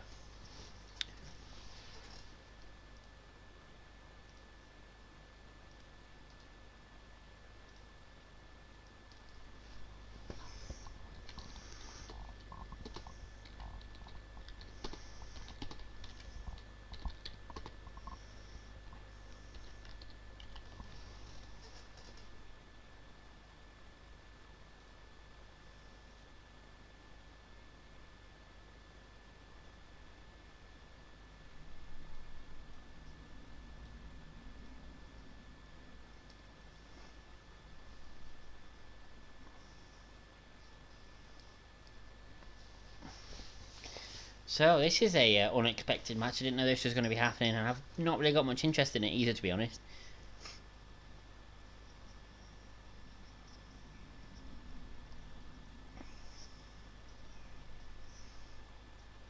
Where did Andrade go? Did he get in some sort of injury?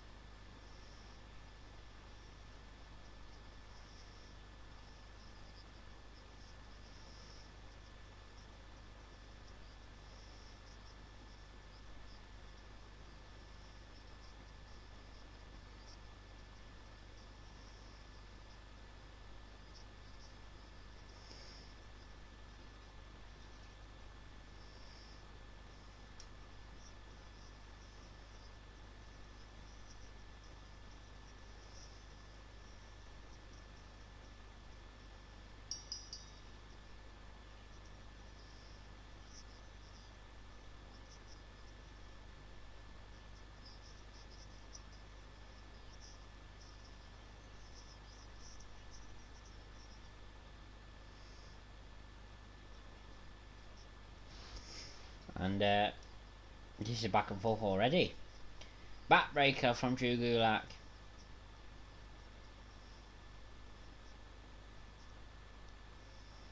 Oh, Angel Garza. Oh, what a chop.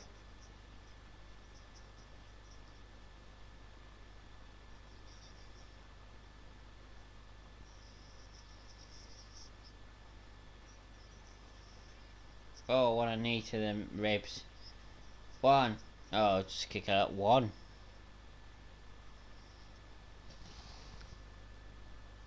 Ion Mirza, thank you for watching on Facebook.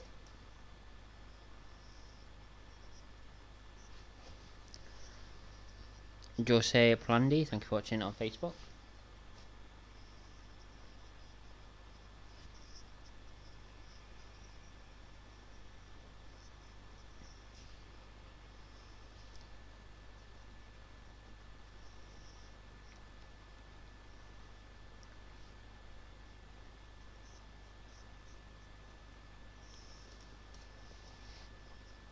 One, two, Gulak kicks out.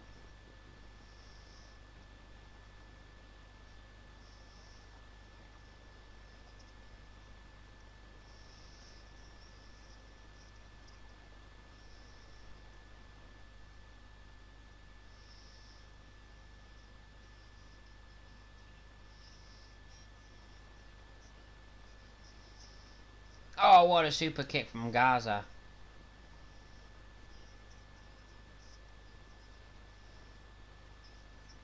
Oh, what a move.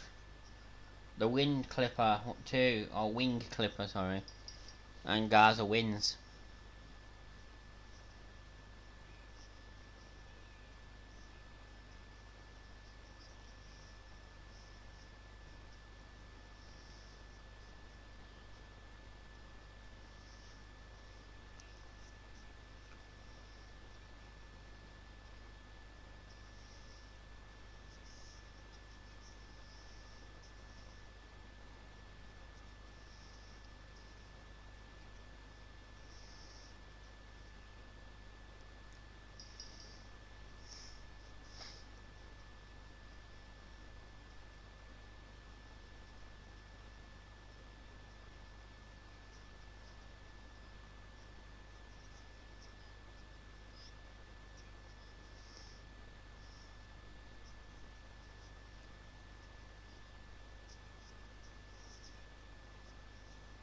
Or Miss TV next.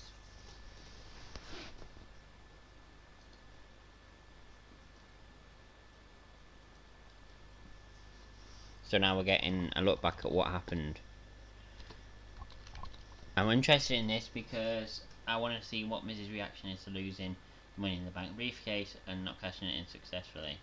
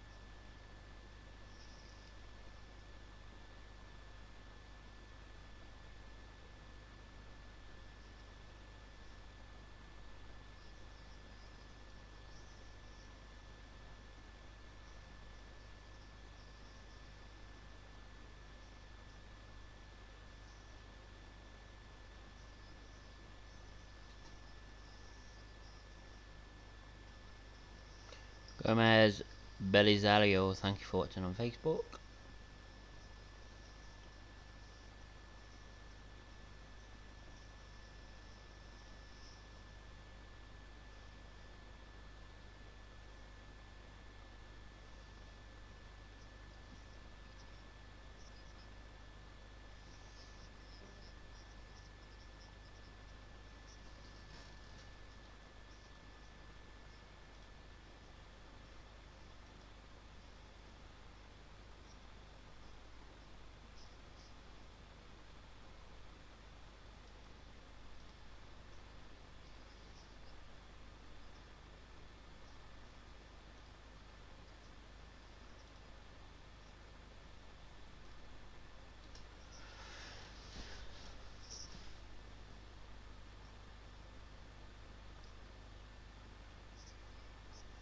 Miss TV next, and we go to another commercial break.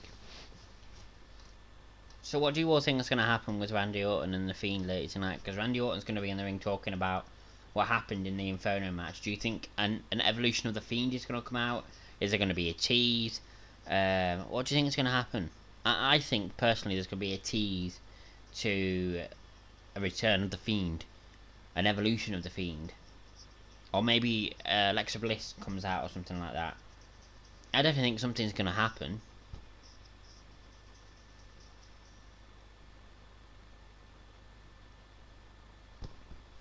In around about half an hour's time, I'll give you my halftime score.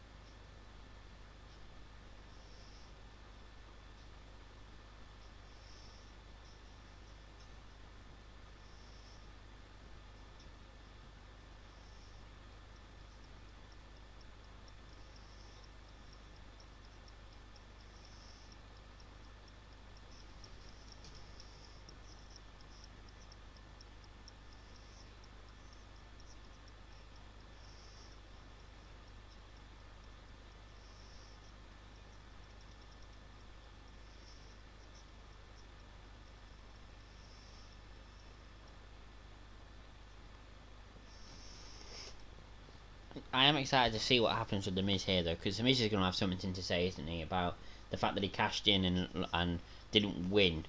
You know, there's only a few men that have done that in the past. I believe one was Damien Sandow. I believe another one was John. Well, another one was John Cena. I remember that because he gave CM Punk a week's notice that he was going to be cashing in his Money in the Bank, and that's John Cena all over, isn't it? Like John Cena doesn't like to do anything underhand. So yeah.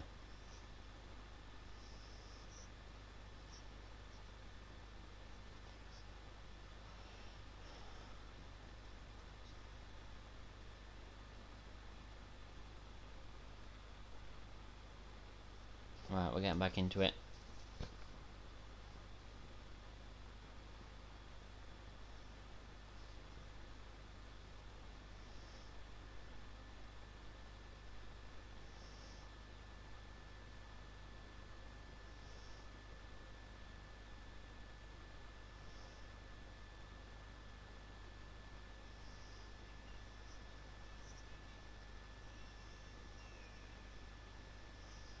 Here they are, they're in the ring. Let's see what they have to say here.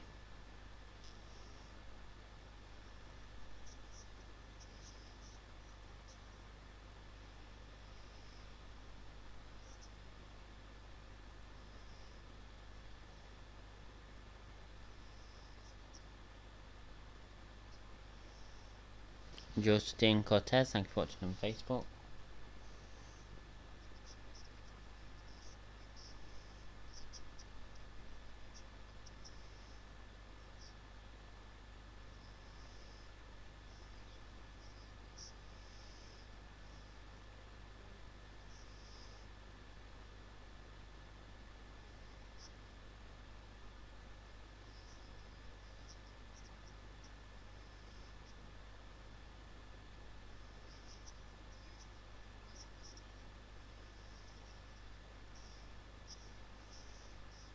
AJ Styles is coming out.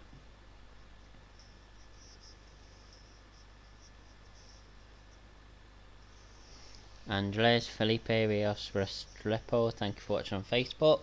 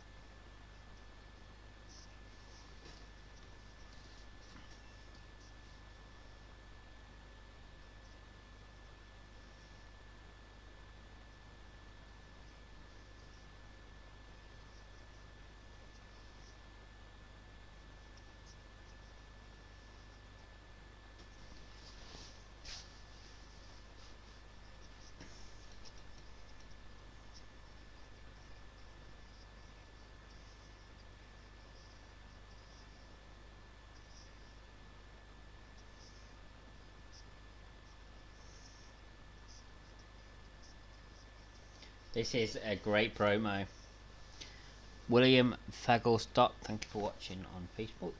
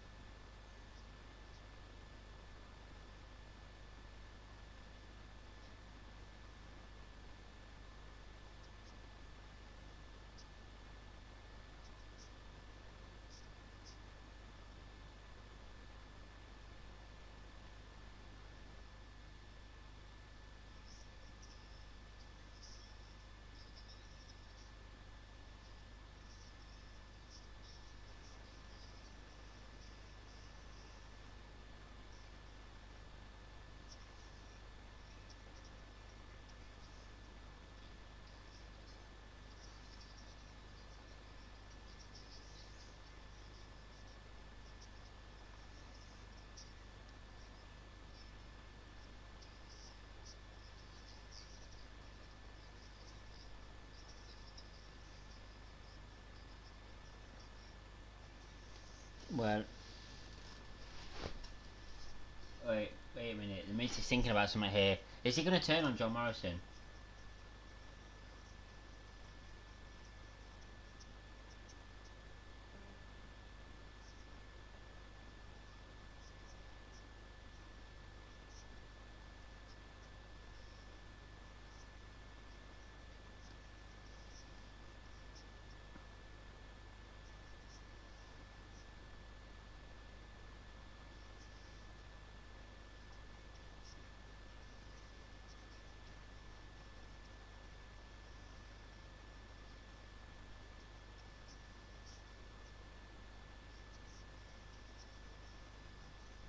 And here comes Drew McIntyre.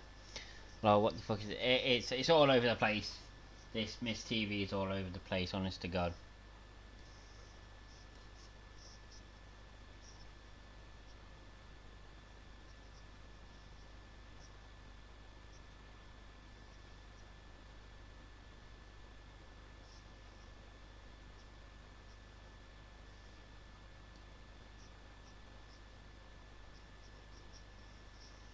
I don't think so. He wants it back, but I think that's how it works.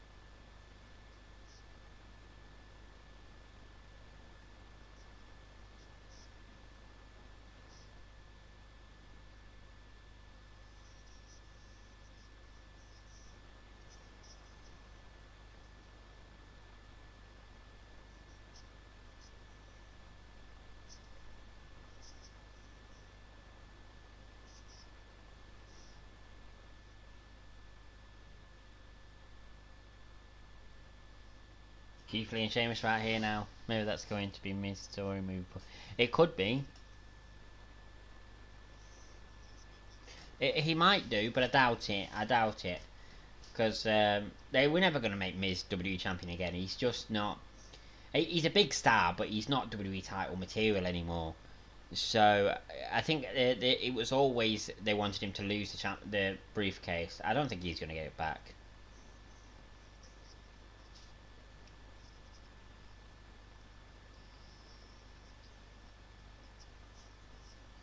I thought he was going to turn on John Morrison. I was really hoping so because I want John Morrison to be a face and I want him to have a singles run.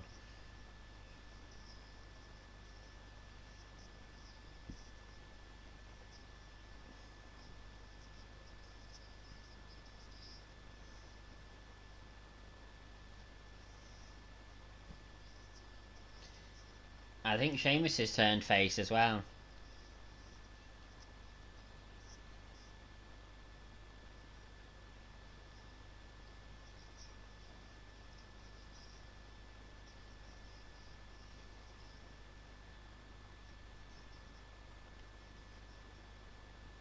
Maybe, I don't think so. I mean, there's enough drama going on with the briefcase issue. I think they just need to move on from it now.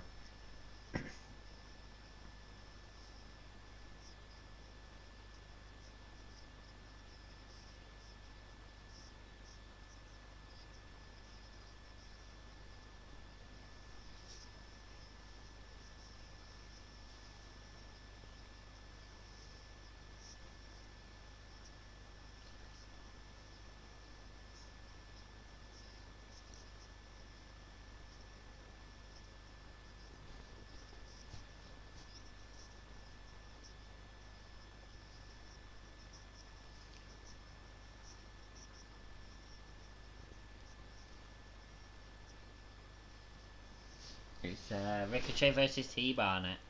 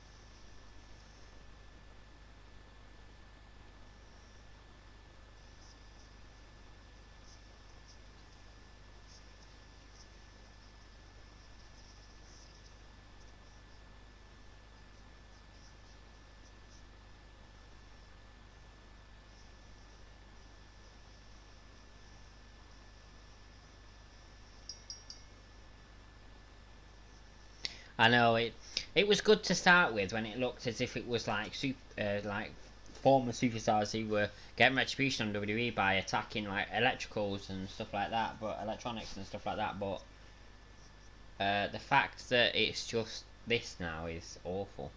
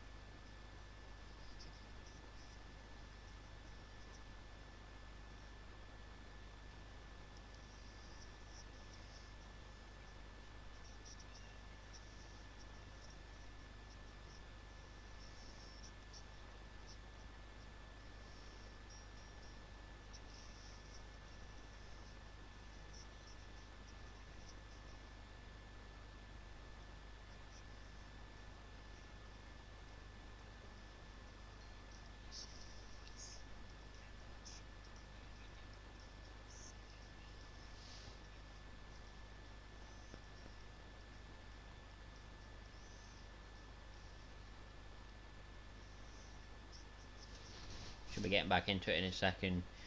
I'm not really excited about this. I mean, I like Ricochet, but they could be using him so much better.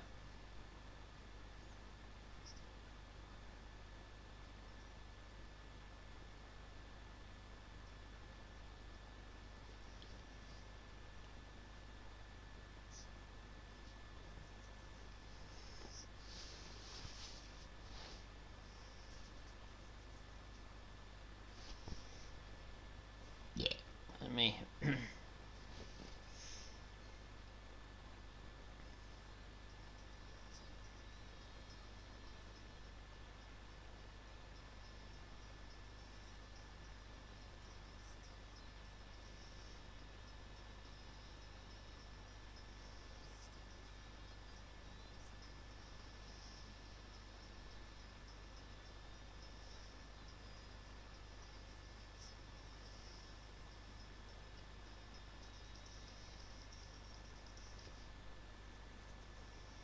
Alright, we're getting back into it.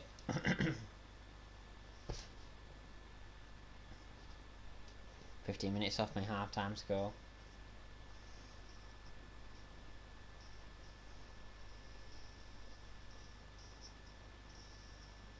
So we got Hulk Hogan at Legends Night, Ric Flair, The Big Show, Torrie Wilson.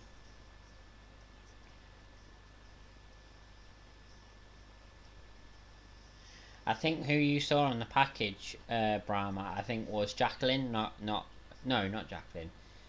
Gail Kim. I don't think I saw her on that package there, but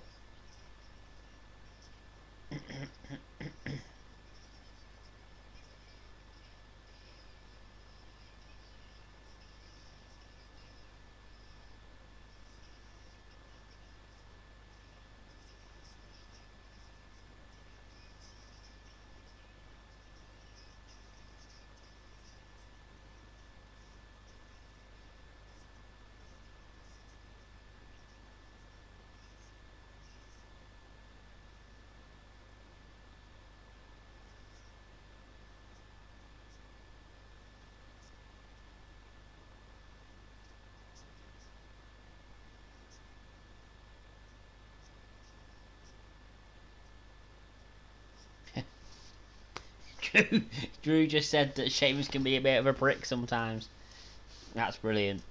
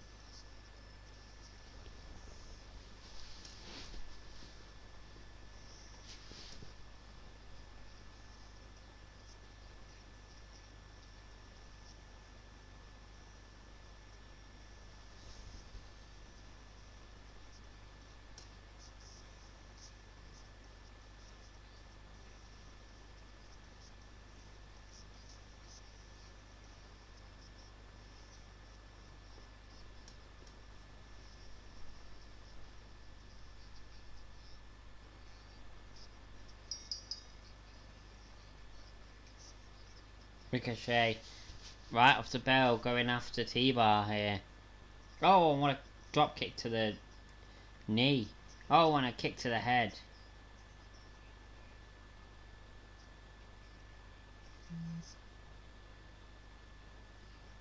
Oh, knees to the ribs. T-Bar catches Ricochet, and now the knee to the ribs.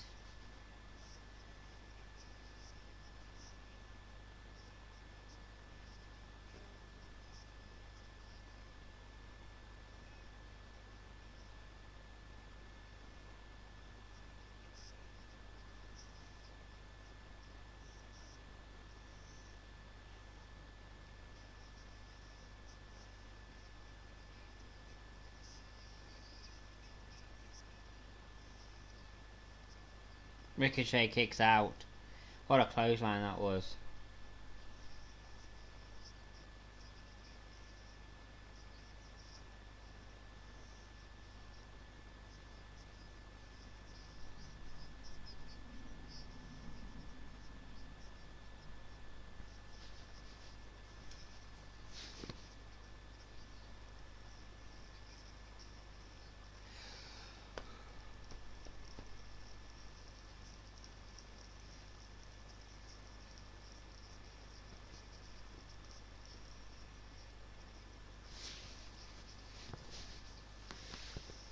Ricochet whipped into the ropes.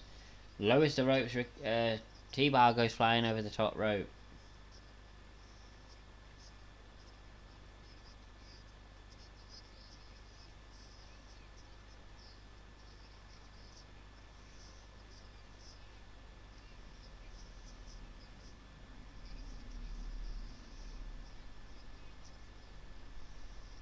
Ricochet was taking out all the members of the of Retribution there, but then T-Bar takes him out.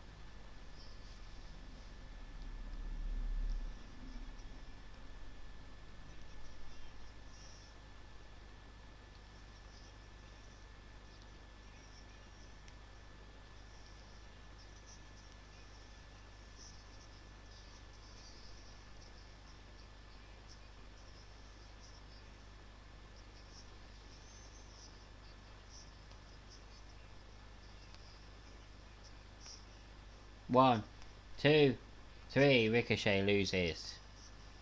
That was an awful match, that.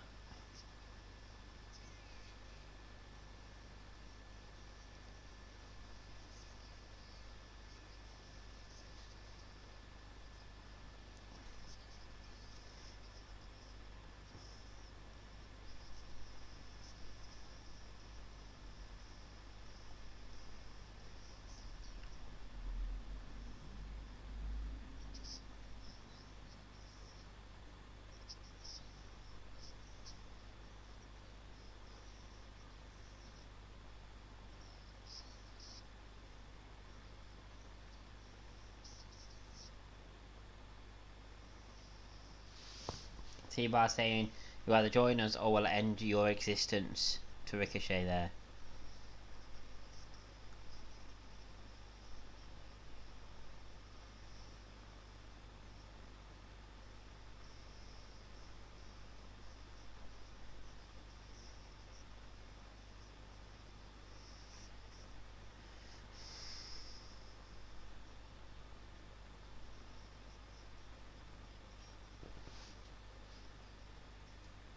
Right, we're getting Bobby Lashley and MVP versus the Hardy Bros next.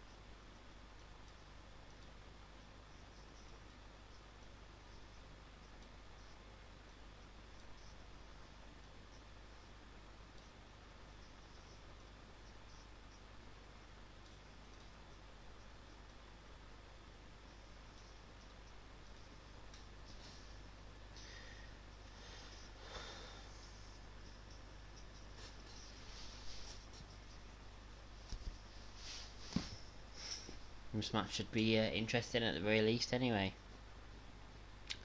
So, we're 5 minutes away from me giving you my halftime score, but I think because we've got this commercial break now, I think it's probably best if I do it now. So, what do you all think of the show so far? What's your halftime score? I would say my halftime score at the moment is a 6. There's been a few different good things so far, but nothing especially amazing in the first half of this show. We'll see if the second half of the show makes the rating go up, but as I say, what would you all think? I think 6.6 out of 10 so far.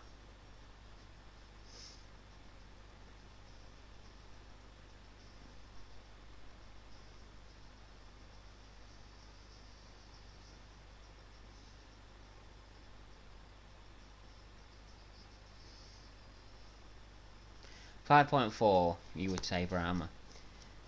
It's fair. It's fair. I think the second half of Raw is going to be better than the first half, definitely, because we've got Randy Orton coming out, speaking about what happened at TLC.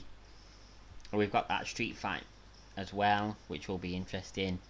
So I do think there's a chance for the rating to go up yet.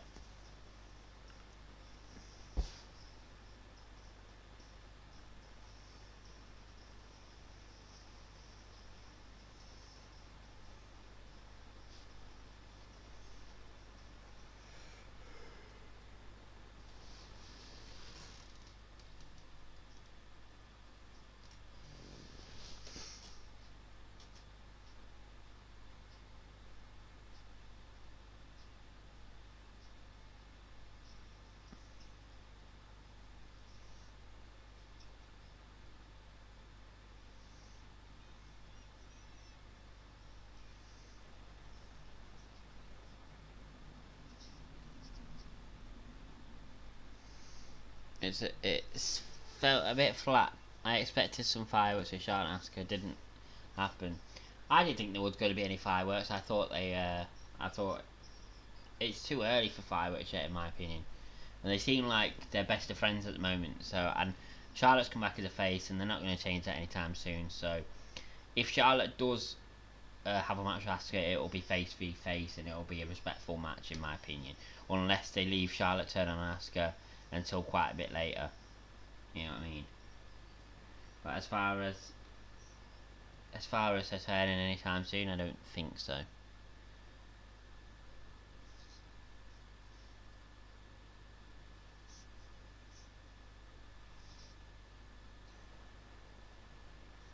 Alright, we're getting back into it.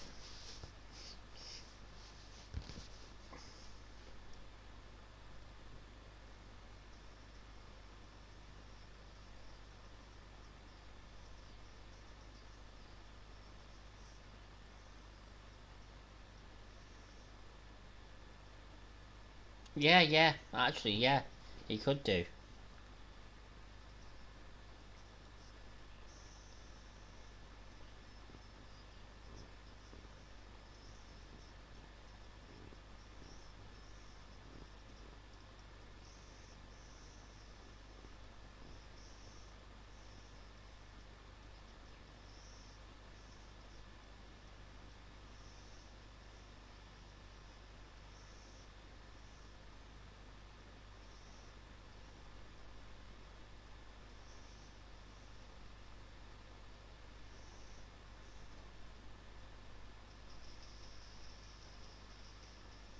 I like the fact that they've got Pyro back now.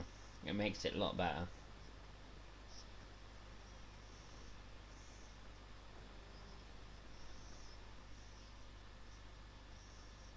I like Riddle.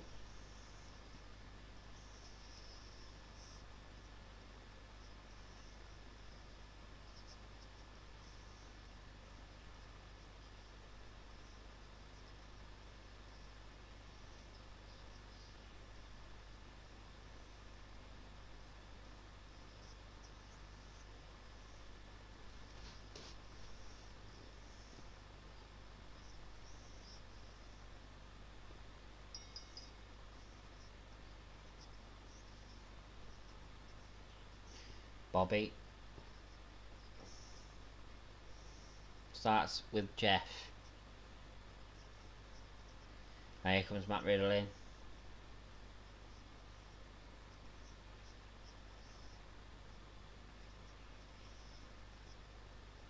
Oh, what a clothesline. Riddle down already.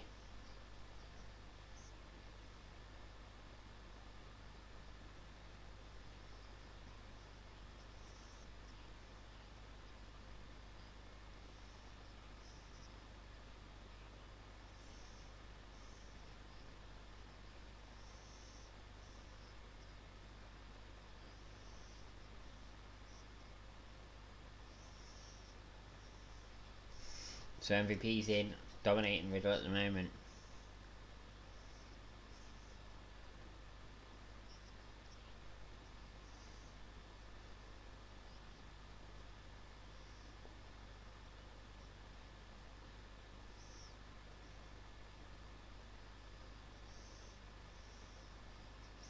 Bobby in. Riddle's down 2. Riddle kicks out.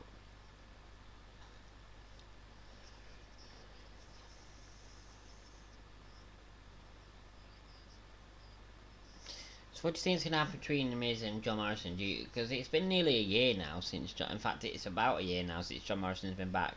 Do you think The Miz is going to turn on John Morrison at some point soon? I think it's going to happen. Oh, some good kicks there from Riddle. Riddle tags in Jeff. And now Jeff and Bobby are the legal men.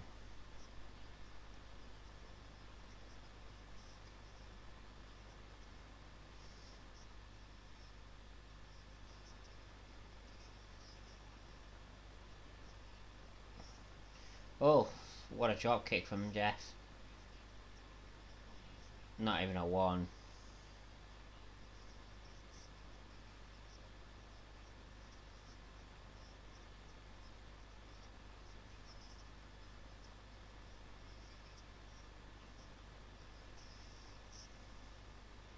Rotary in motion there.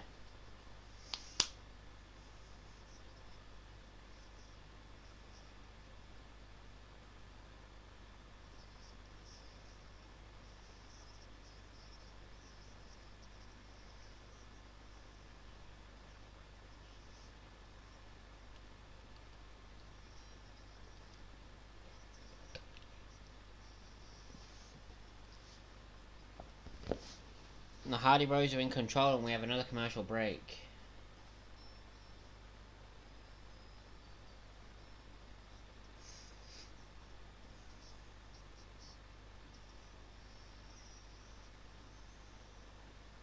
Right.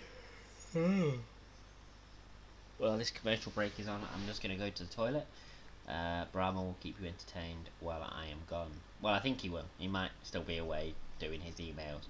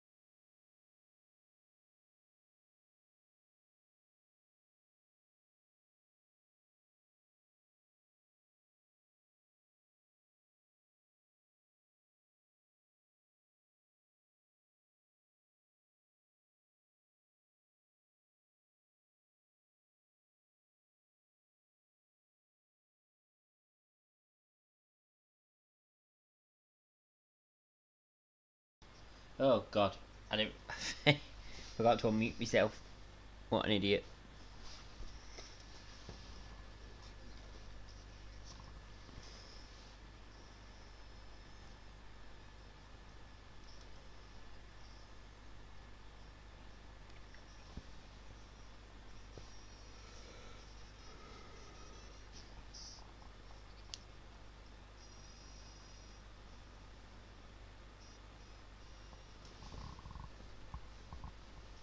Right, we get back into it.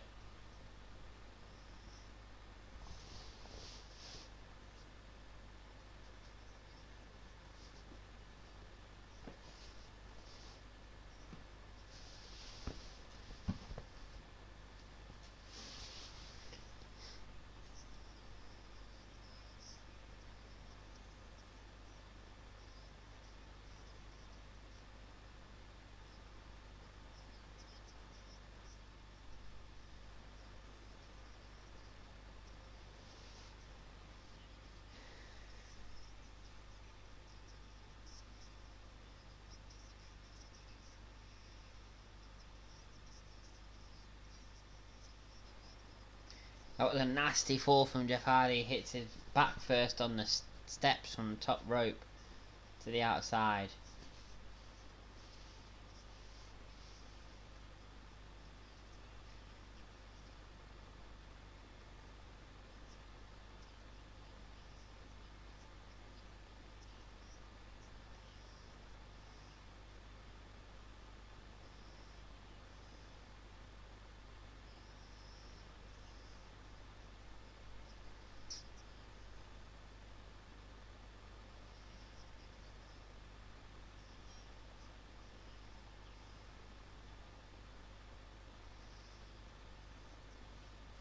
Robbie's in charge and now MVP's in.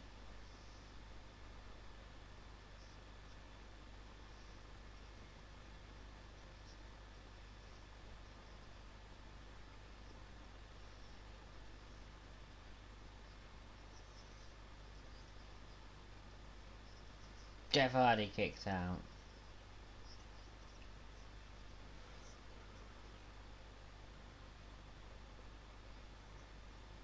Oh god.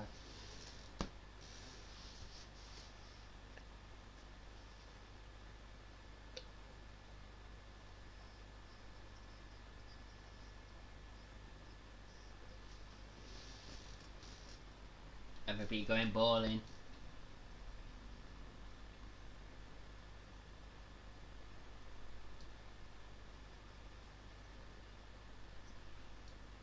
One, two, Jeff Hardy kicks out.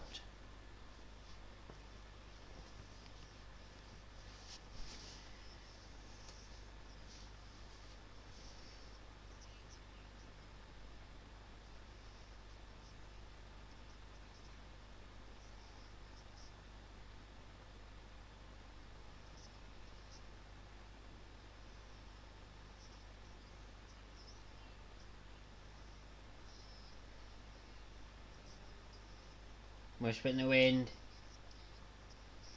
Is Matt Riddle gonna get the tag?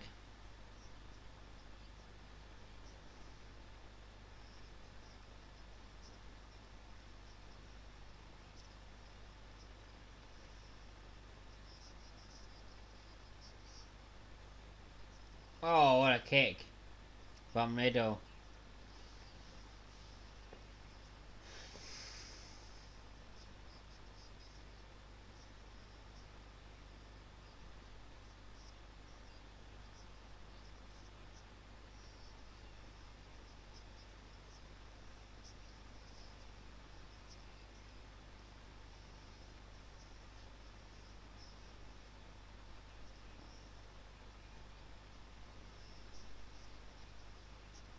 Oh, only a one count, and then Bobby Lashley stopped the count.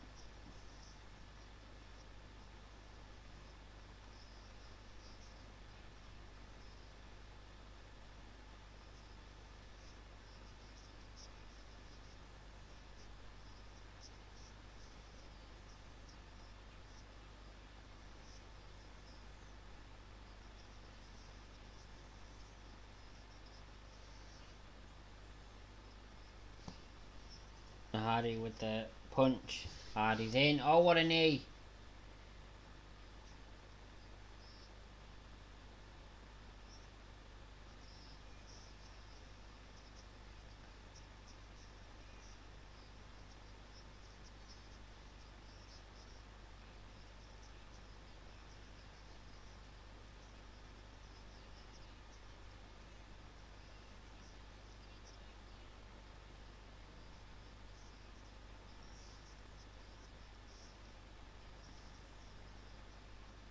Well, went for the spear. Hardy reversed it. Twist of fate. No, no, no, no, no. The hurt lock is in.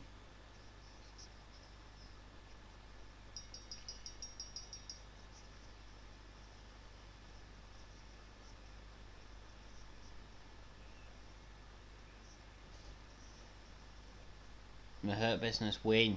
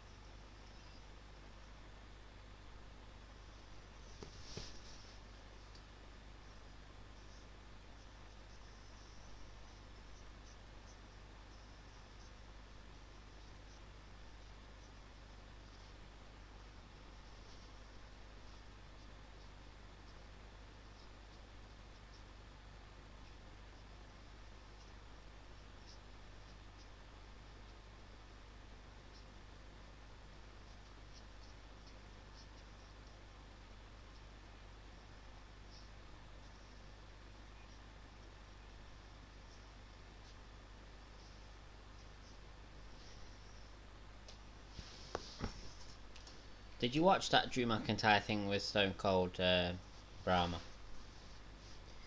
Um, it's definitely one I think I'm interested in watching. Was it any good if you did watch it?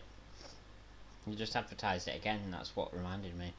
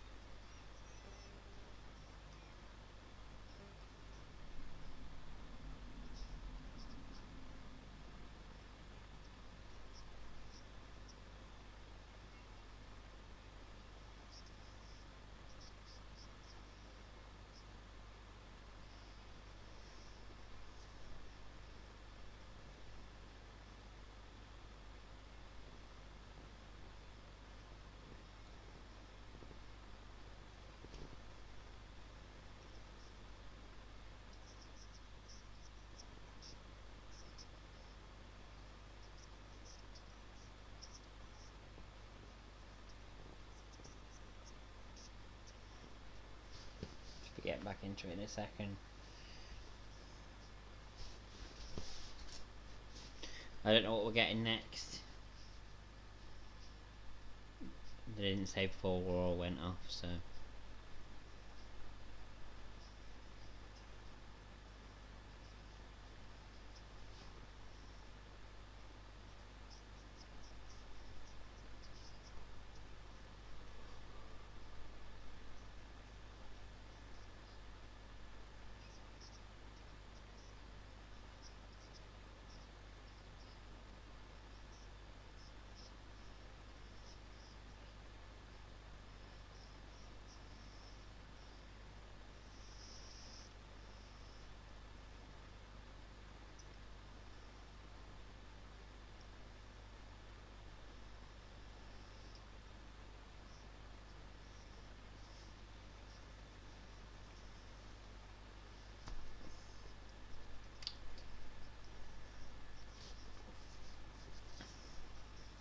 It was nice to see MVP in the ring anyway. He doesn't really get in the ring much these days, does he? So, I mean, he was in the ring on Monday Night Raw last week, but before that, he hadn't been in the ring for a while. So, wrestling, I mean.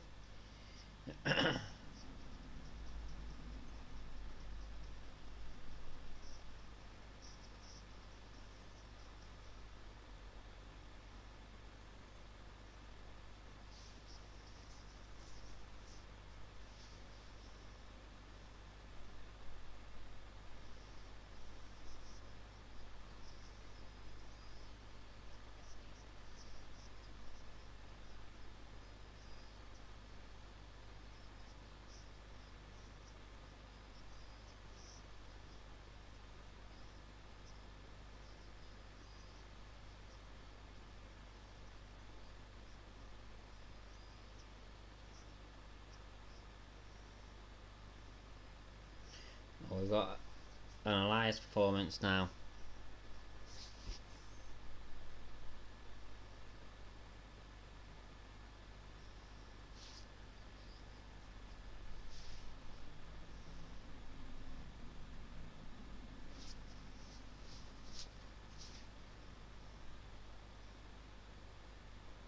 And Jackson Riker is next to him. Know what this is about.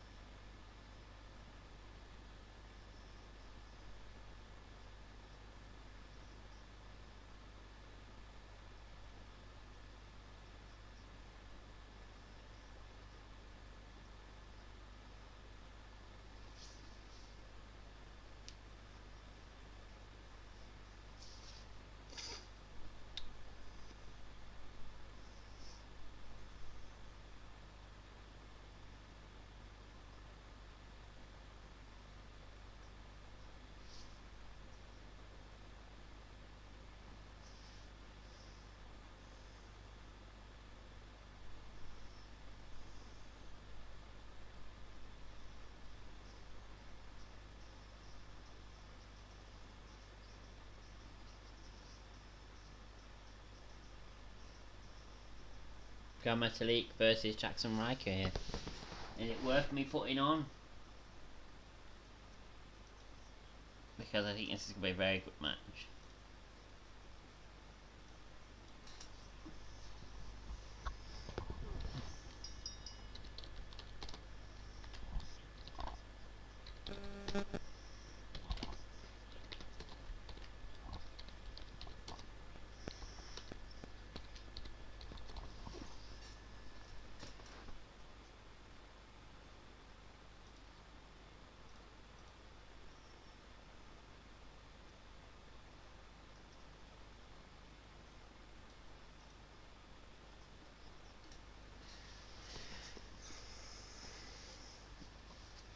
Elias off the top rope.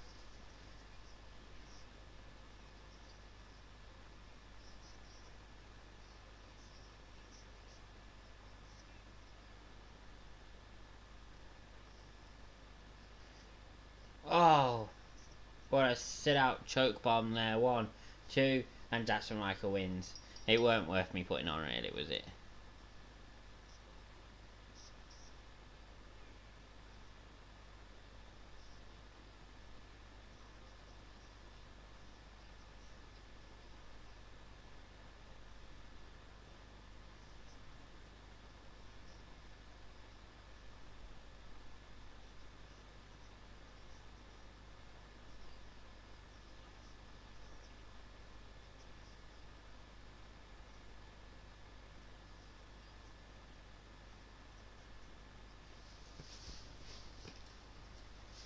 We're gonna be seeing what happened last night now, and I'm guessing then then Randy Orton comes out.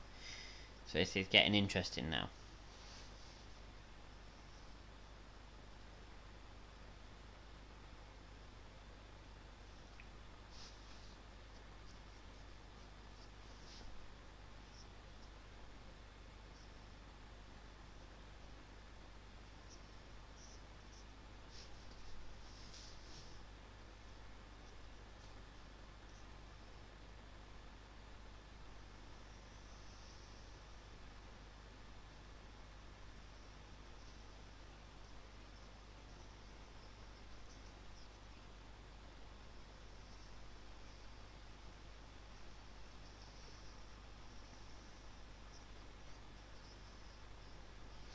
I really enjoyed this match. A lot of people have been giving this match a lot of shit, but I really enjoyed it.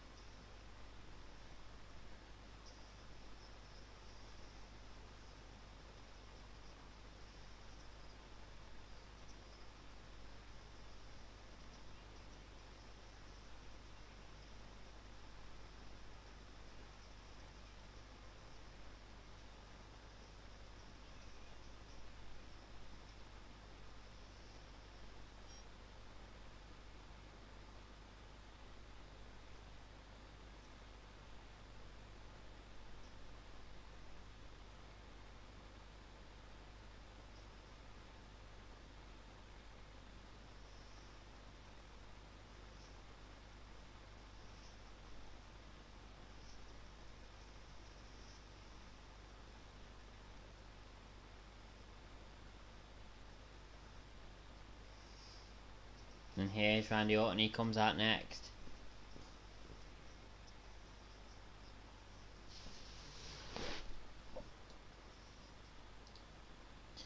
Let's get settled in, ladies and gentlemen. This is going to be interesting.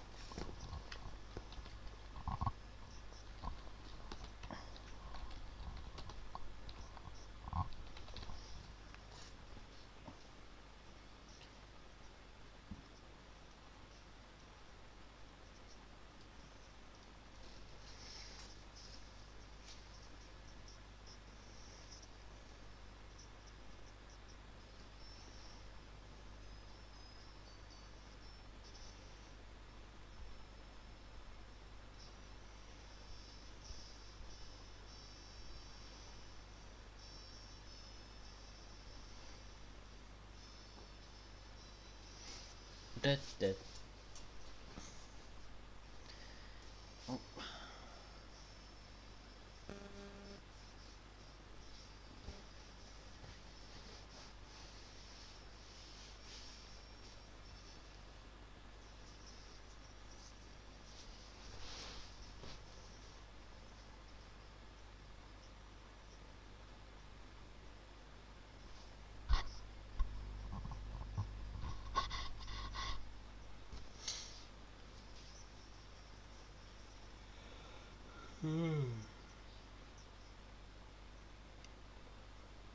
Just over an hour left of the show, and obviously the street fight is going to be the main event. It's not hard to figure out, really, is it?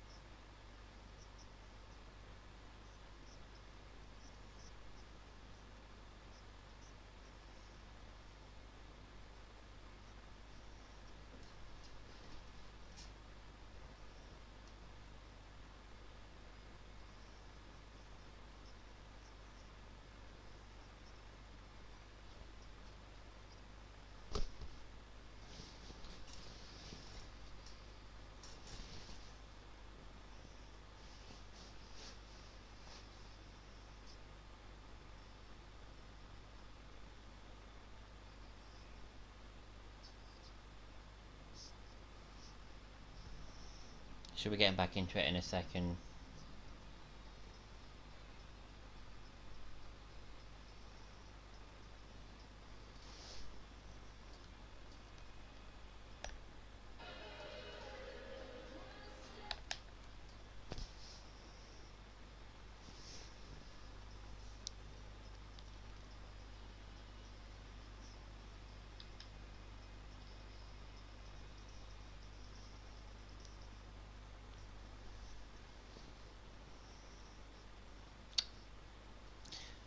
This Raw has been up and down. Some interesting things and some not so interesting things. But I think the last hour of this is going to be very interesting. We're going to get to see Randy Orton next. He's going to discuss what happened with the Fiend, and maybe we see some evolution of the Fiend come out, or maybe a tease. And then we also get that street fight, which will be very interesting as well.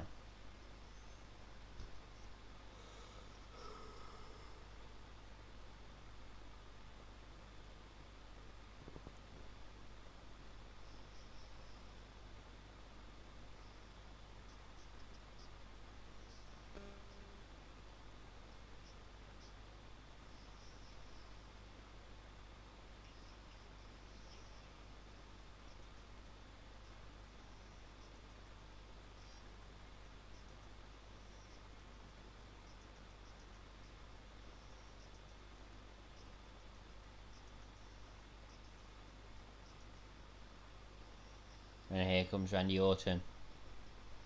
We're back, and Randy Orton is on his way out.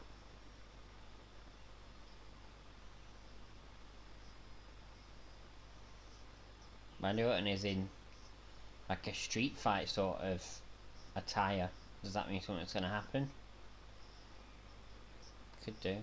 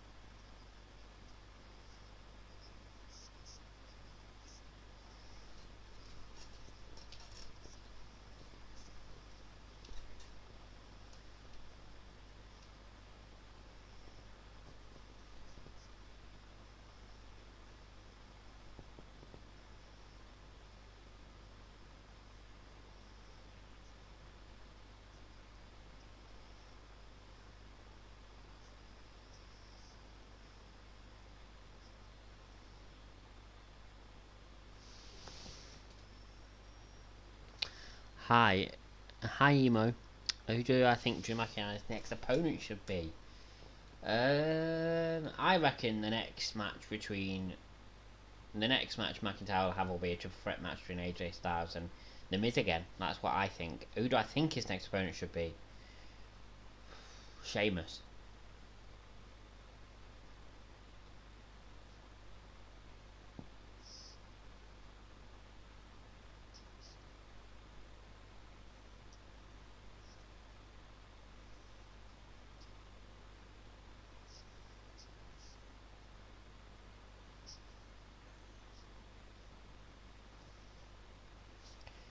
Randy Orton saying he's been called many things: sick, twisted, demented, and he said last night I proved that I am every one of those things.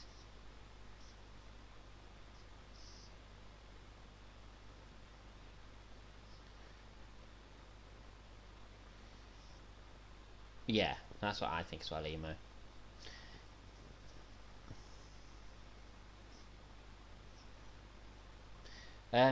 If you're liking my content, don't forget to follow on Facebook, subscribe on YouTube. Make sure you click the bell next to the subscribe button on YouTube if you want to know when I've gone live. And also click in the notification settings and click that you want live notification. You want to be notified when I'm live to be able to know when I'm live on Facebook.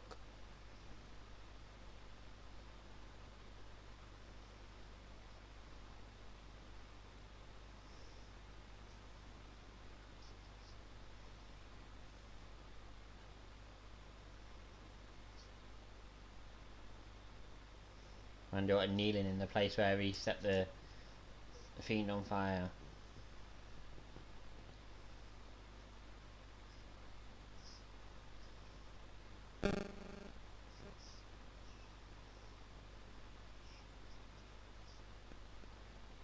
I do feel sorry for KO.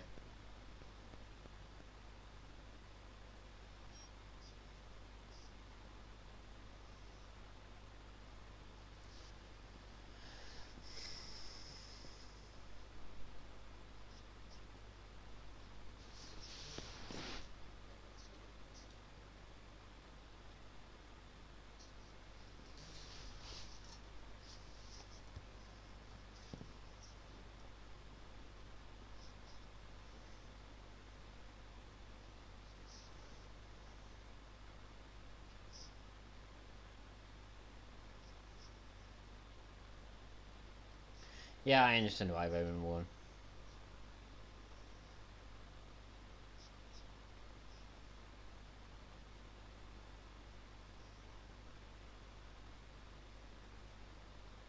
Randy Orton saying the only thing he can hear now is not voices, but the fiend,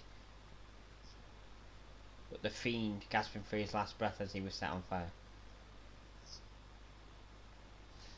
KO didn't really do anything to earn it, so it wouldn't make sense to get. Well, I don't know if I agree with that.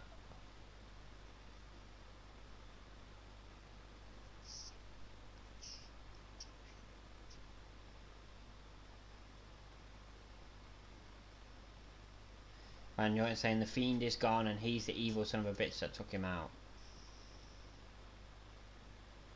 Oh, the fiend is on his way.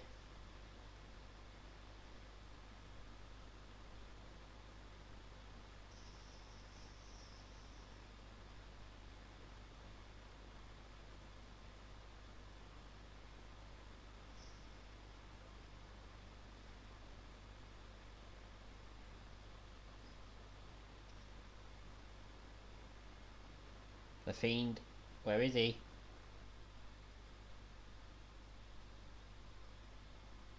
Oh, I would wish for Rain for Jay's to turn on Rain. And Alexa Bliss is in the ring on a swing. I can't find the song Season the Ring on a swing on Spotify. Go away, Alexa. Lexi is in the ring on a swing.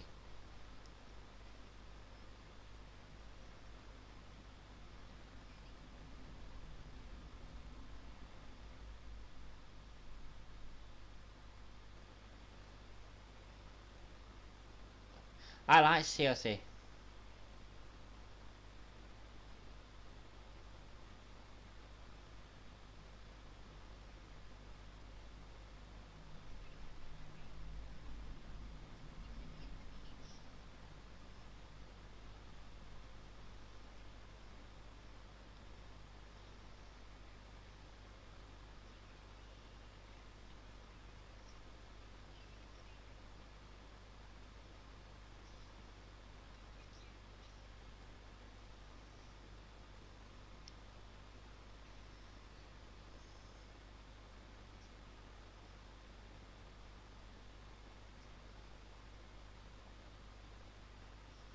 Most of my predictions were correct. I think I had one or two were wrong. I thought the Fiend would win, and I thought the New Day would win. They're the two that I got wrong. Who do I think the superstars of the year? Drew McIntyre or the Fiend? I would go for, but I'm leaning more towards Drew McIntyre.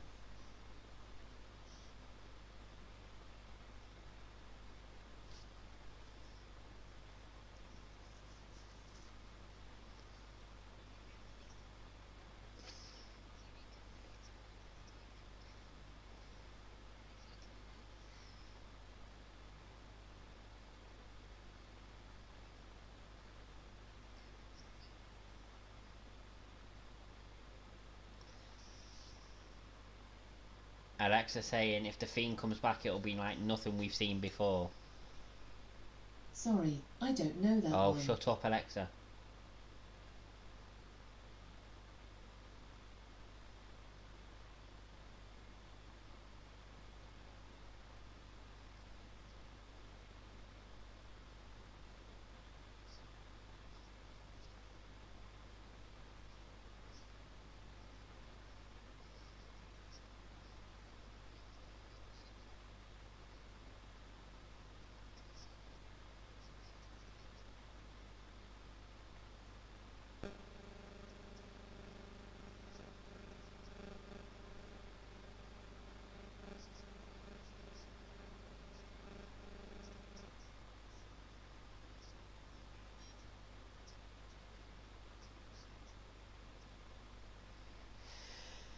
So I was right with what I said. There is a tease for an evolution of the Fiend. So when will this evolution of the Fiend make his grand return? I think in a couple of weeks. Maybe at the Legends Raw, maybe the Raw after that. I'm not sure. I don't think it'll be next week. I think there'll be another tease next week. So we're getting the Royal Rumble win, 2 times retained against Orton, beat Orton, retained against Bobby Lashley, retained against Smith, Nate House, and Andrade Cien Almas, retained against Rollins at Money in the Bank. Yeah, I know, it is his 2020 really, isn't it?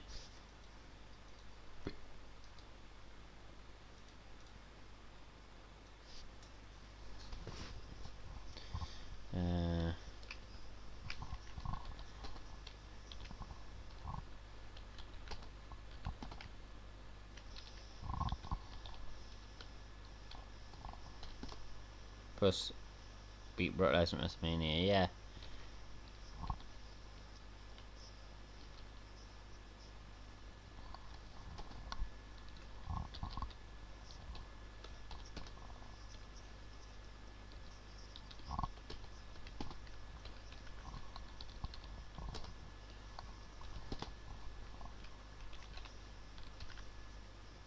And Big Show 50 minutes later after beating the... Well, yeah, exactly, yeah.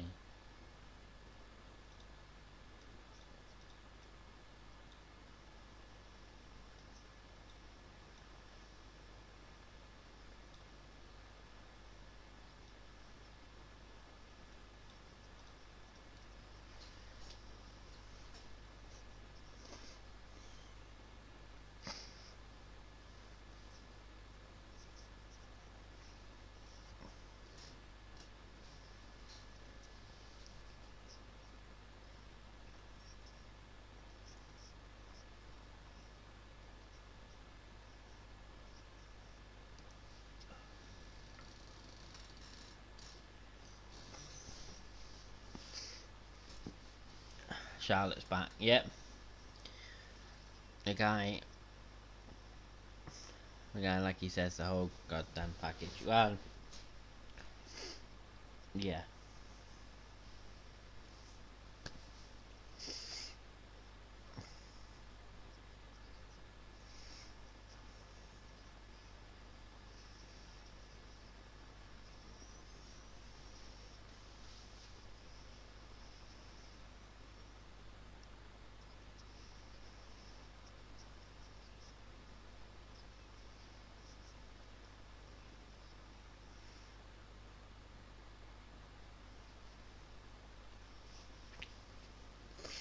So we've got about 50 minutes left of the show.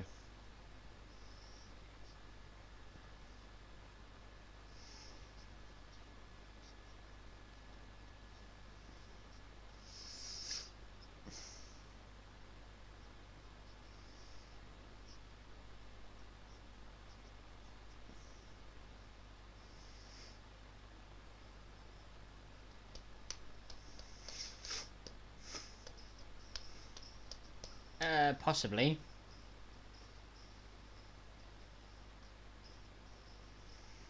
Yeah, I agree. Like, I'd like to see Keith Lee or Sheamus take on Drew. I think they would be good opponents for him.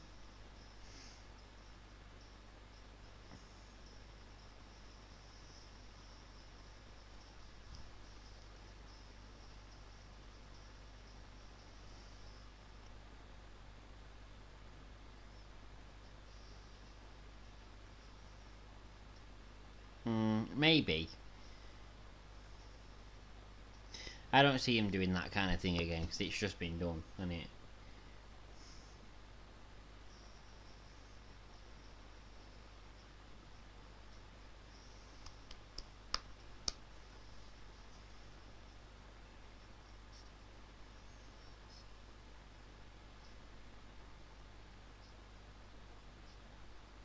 I know he is.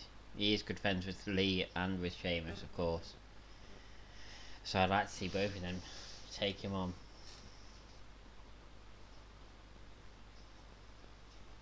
But apparently, according to rumours, Brock Lesnar's supposed to be returning before WrestleMania, and it's supposed to be Brock Lesnar versus Keith Lee versus Drew McIntyre in a triple threat match at WrestleMania.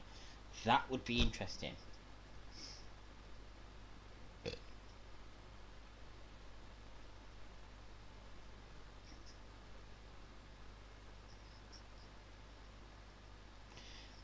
Best babyface champion of all time? No, definitely not. I mean, you've got a few different babyface champions that are better than Drew McIntyre. John Cena for one, Hulk Hogan,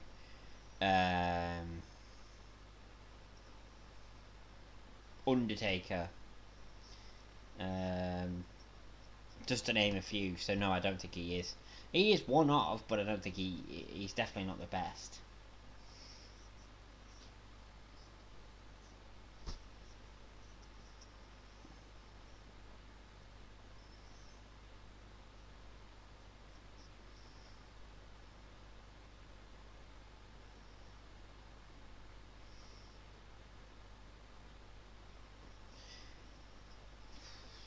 In the modern era,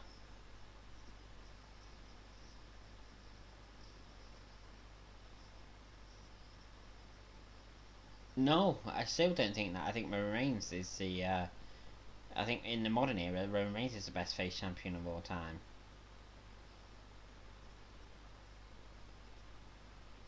Because apart from this reign that he's on at the moment, he's always been a face. Yeah, that would be cool. That would be cool. Street Fight between Lesnar and Drew.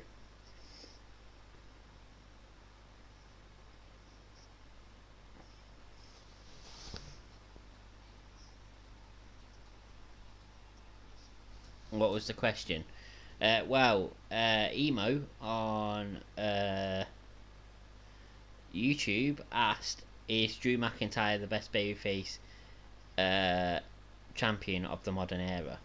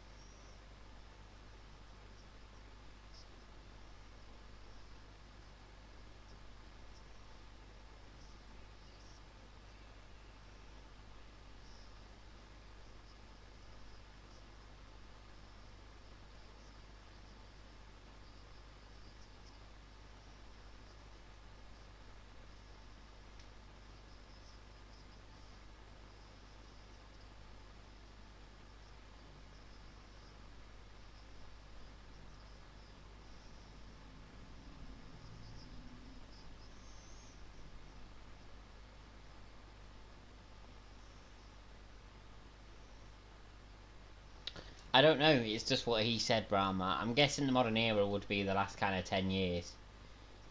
I'm guessing. Um, I said Roman Reigns. Best heel. Well, it has to be Brock. surely.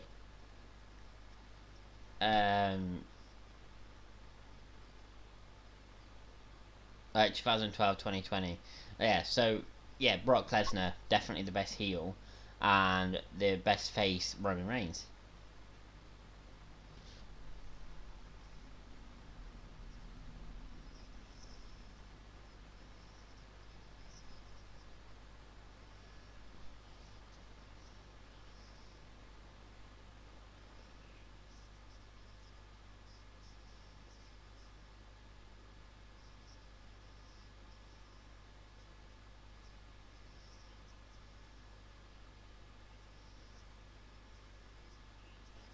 Oh, what a kick from Peyton!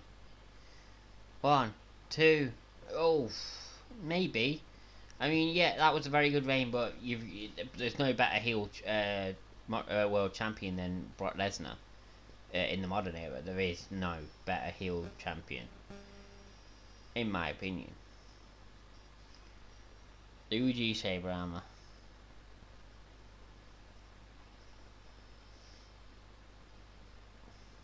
Face and heel, who would you say?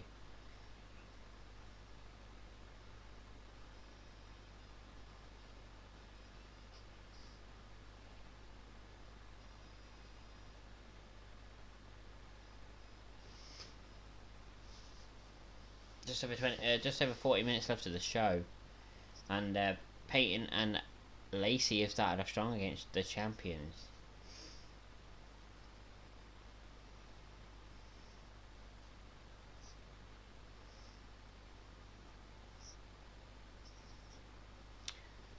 His best match was his first match back, and that was against John Cena. The brutality of that match definitely showed a change in what WWE. Definitely a change in what WWE wanted to do. His second best was the. I said, who do you think, Brahma, is the best face and best heel? Well, the best face and heel world champion between 2012 and 2020. This is what Emo's asking. And as far as Brock Lesnar's best pay-per-view main event match, I have to say Brock versus John. Great match. And Brock versus Roman at WrestleMania 34.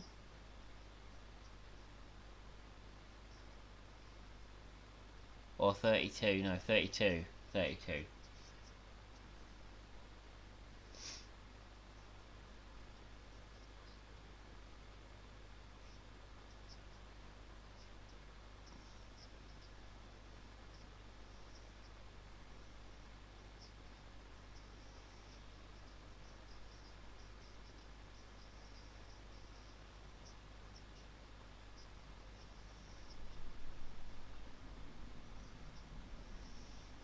John Cena and Brock Lesnar.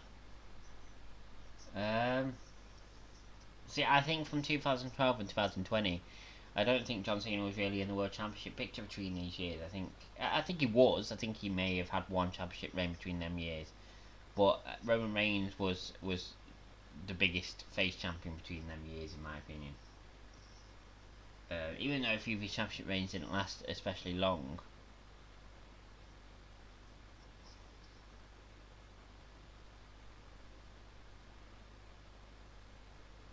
Right, we're getting back into it.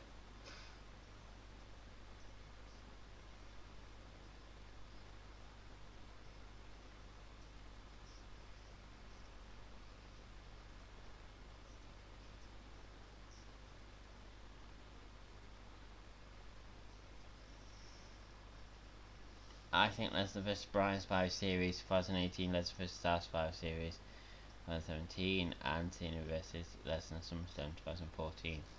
Did they face at SummerSlam? Oh, of course they did. Yeah, where Lesnar absolutely destroyed Cena. That was a really boring match because it was too one-sided. Oh, and Lacey and Peyton are in control.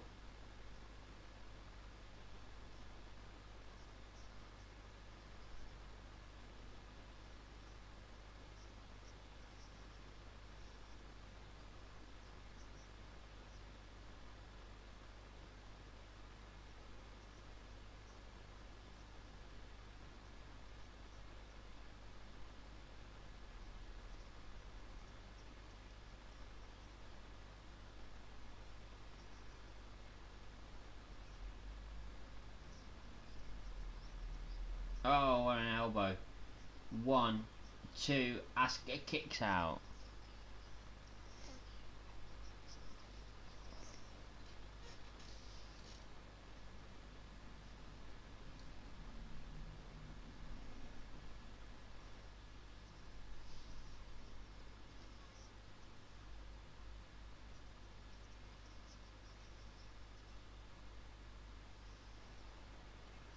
Asuka getting back into this.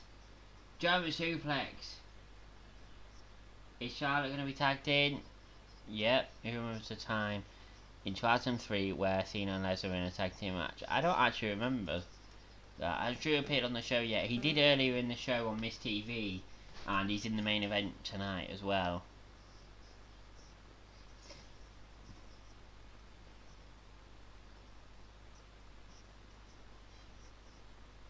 And the chops from Charlotte Flair here.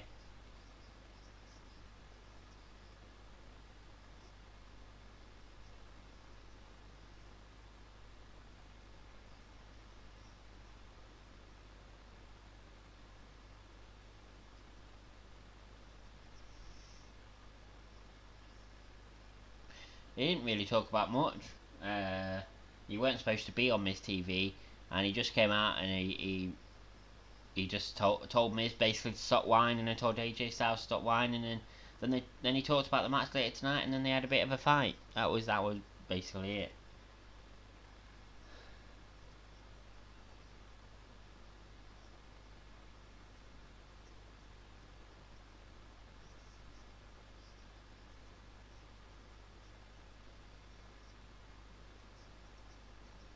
Oh, what a kick from Asuka. Lacey. Oh, face first into the apron, and a kick from Asuka. Who is Drew facing? The Miz, Morrison, and AJ Styles in a 6-man tag street fight. Oh, what a roll up from Royce there. Oh.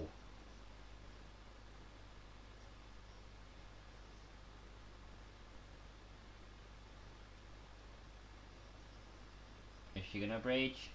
She is.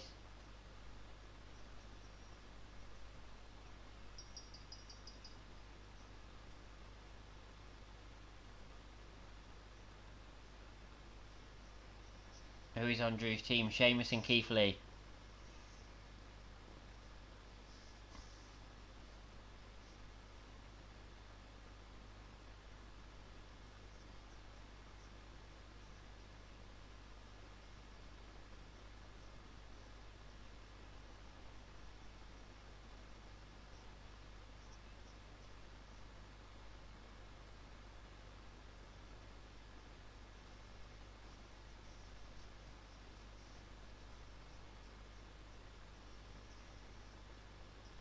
And it'll be a good match, Emo.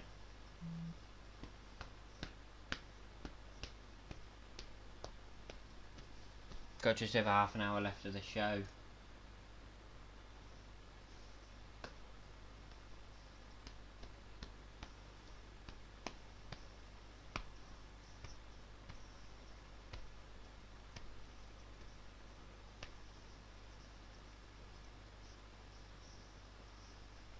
Yeah.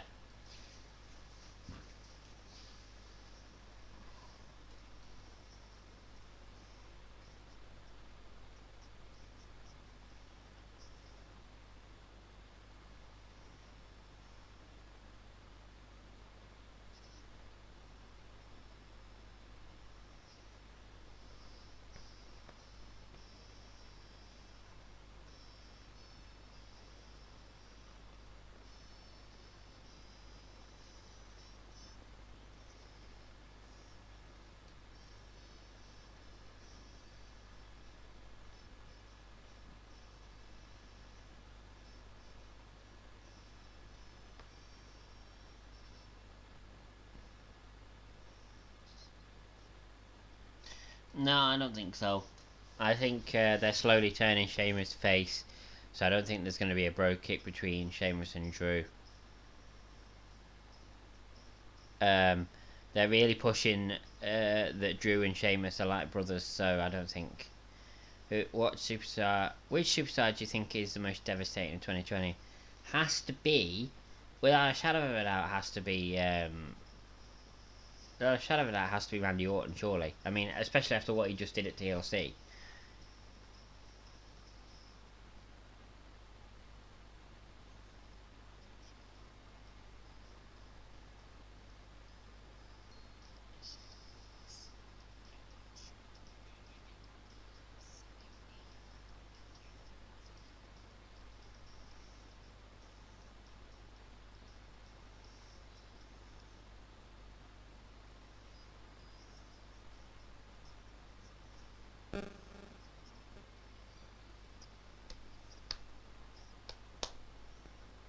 Yeah.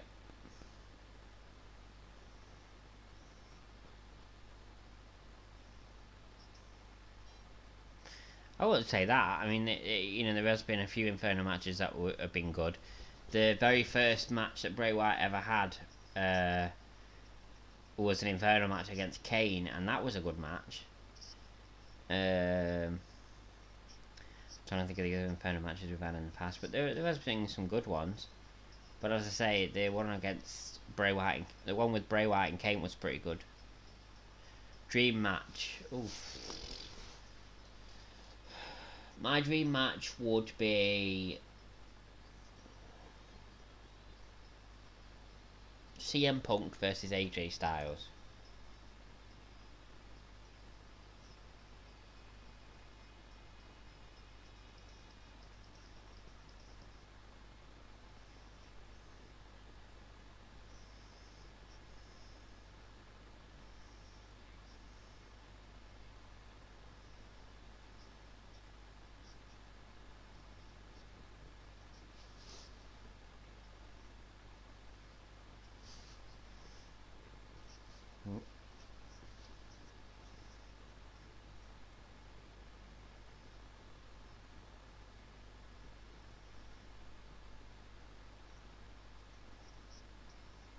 Yeah, that would be a good match.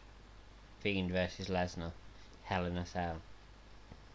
Well, we've got to wait to see what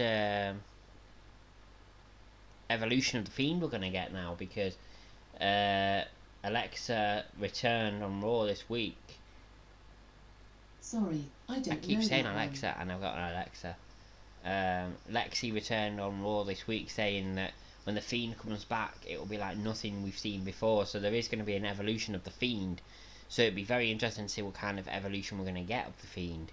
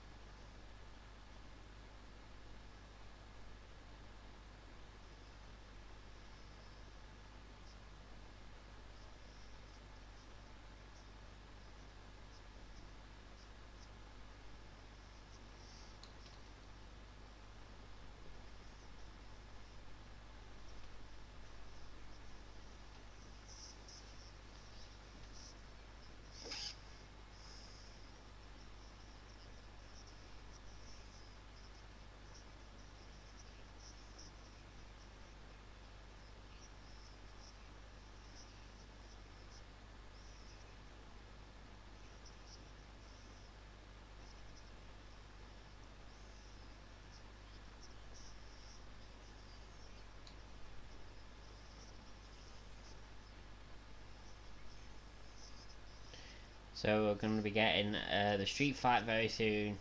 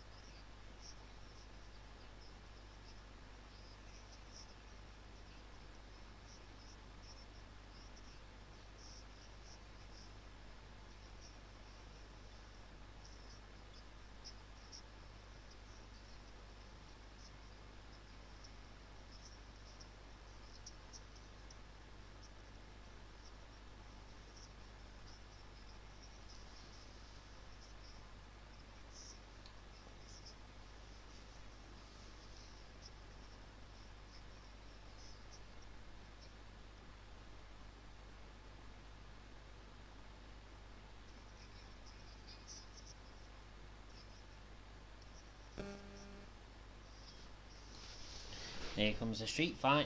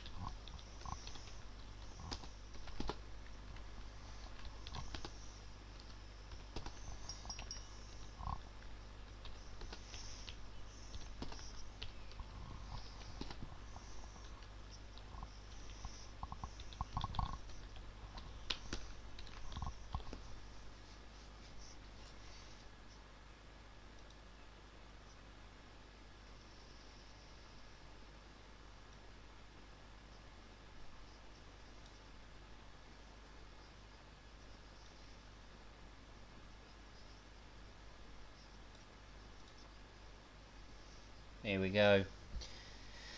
So Street Fighter is about to get underway.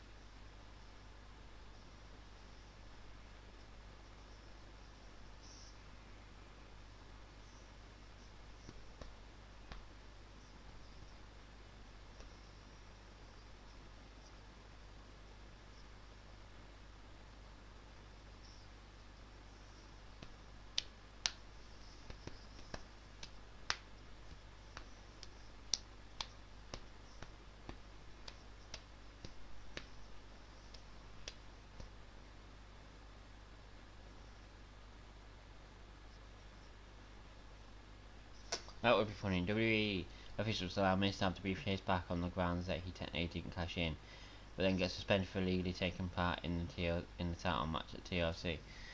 Well, yeah, it writes him off screen for a while, and then when he returns and attempts to cash in, but lose it, that could work out. I still don't think he's going to get the briefcase back, but that would be very funny.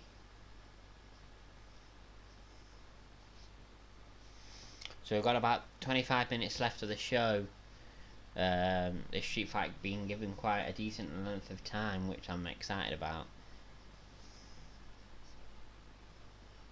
Not often you get a 6-man tag street fight.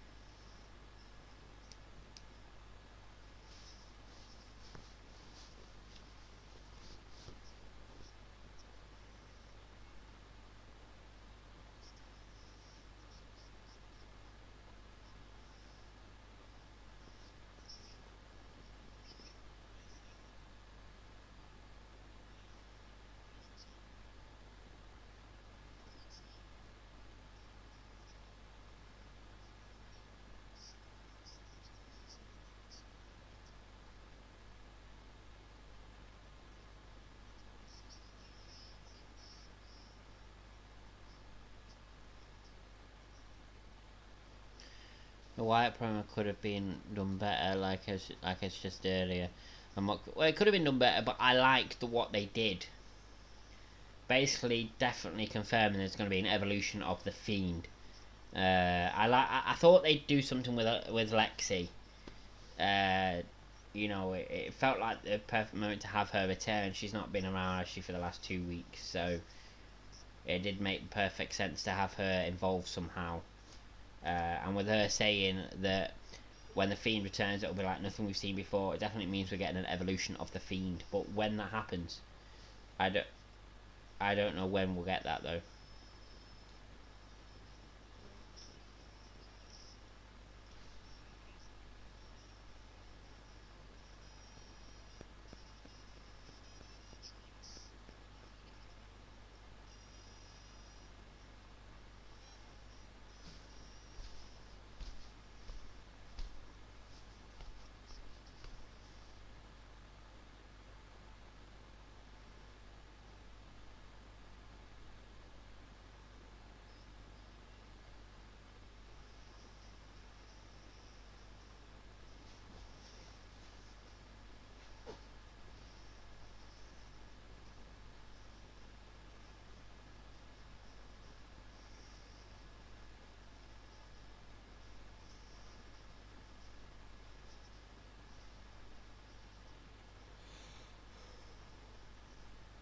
Yeah.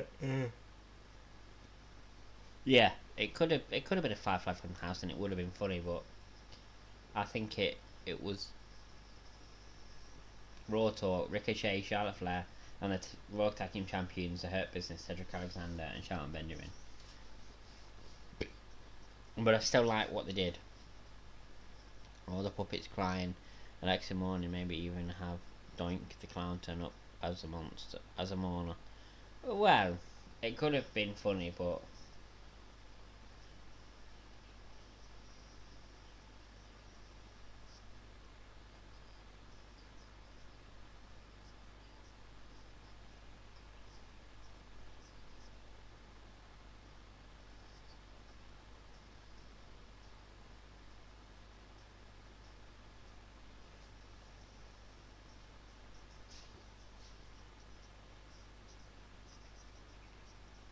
I do like Keith Lee's new music compared to his old music.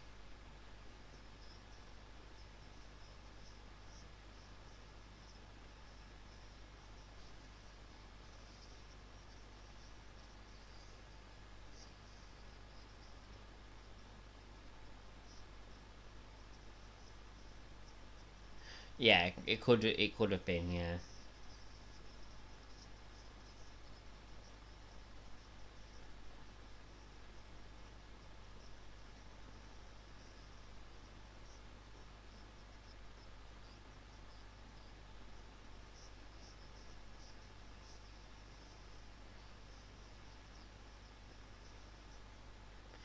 Then again, WWE haven't been great with storytelling lately, have they? Well, no, not really. But I do like what they did with having Lexi in the ring in her playground talking about the Fiend, saying when the Fiend comes back, it'll be like nothing we've seen before. I do like what they did. It could have been done better, but I still like what they did.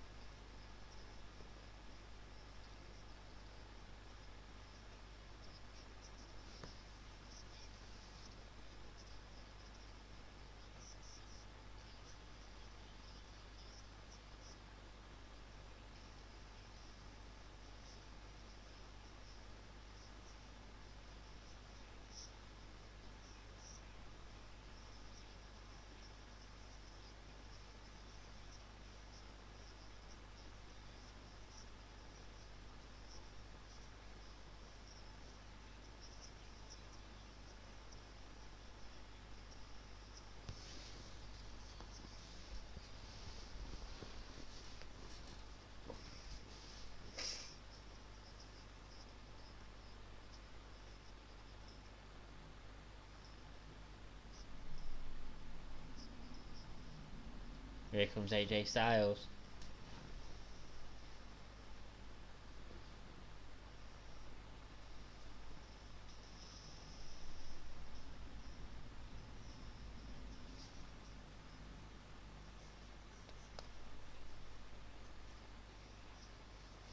Who?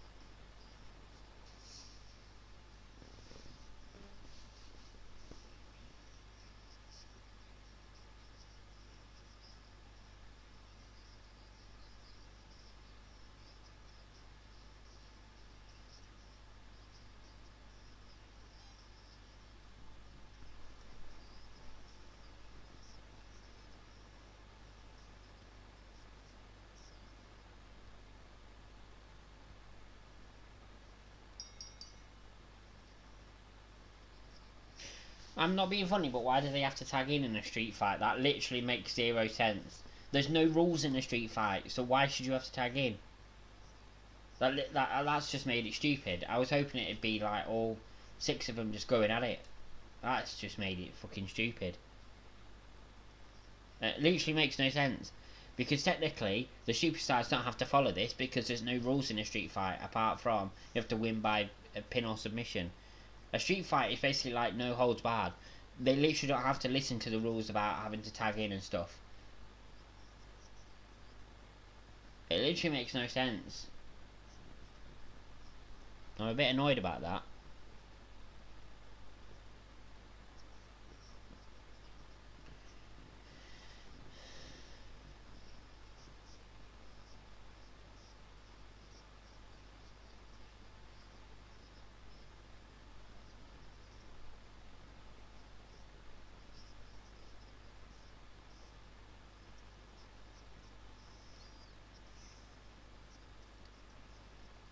Oh, for a clothesline from Sheamus to AJ.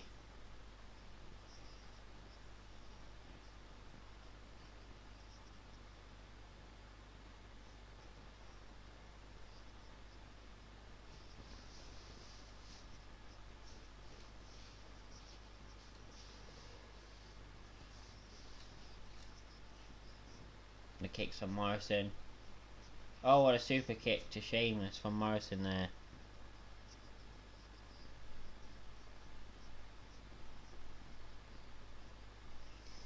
I'm not excited about this match now that they have to tag in that. It literally makes zero sense.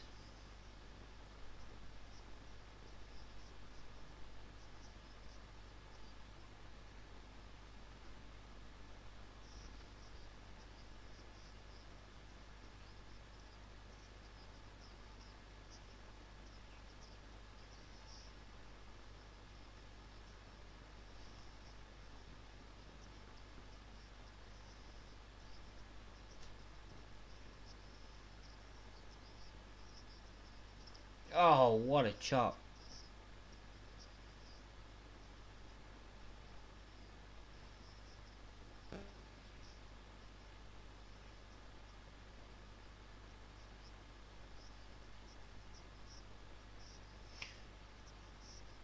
Oh, kick to the left knee. And Morrison targeting the left knee of Drew McIntyre.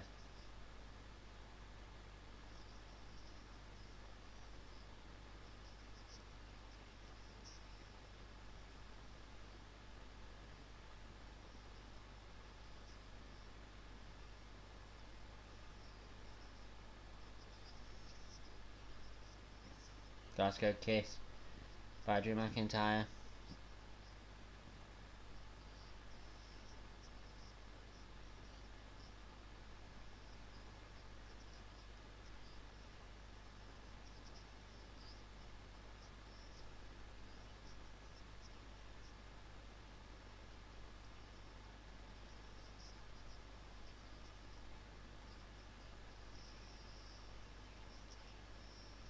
The power of Keith Lee and McIntyre there, wow.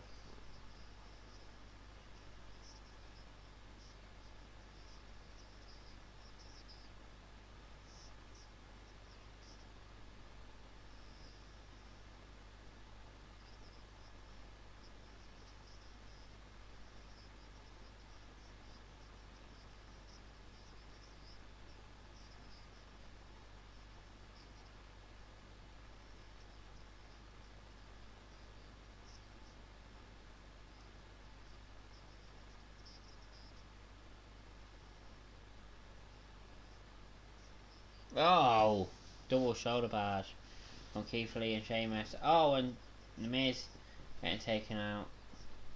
And now AJ gets taken out as well.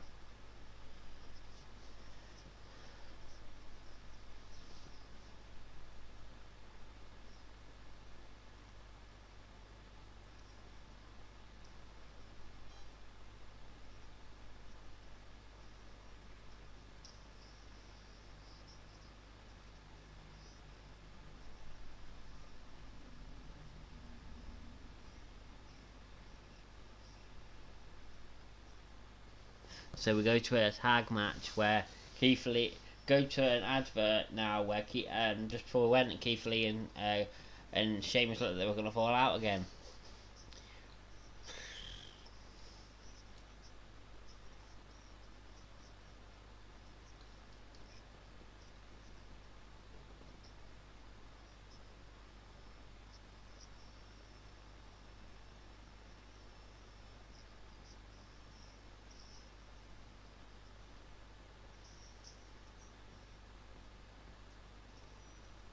Oh God, sorry, I'm yawning.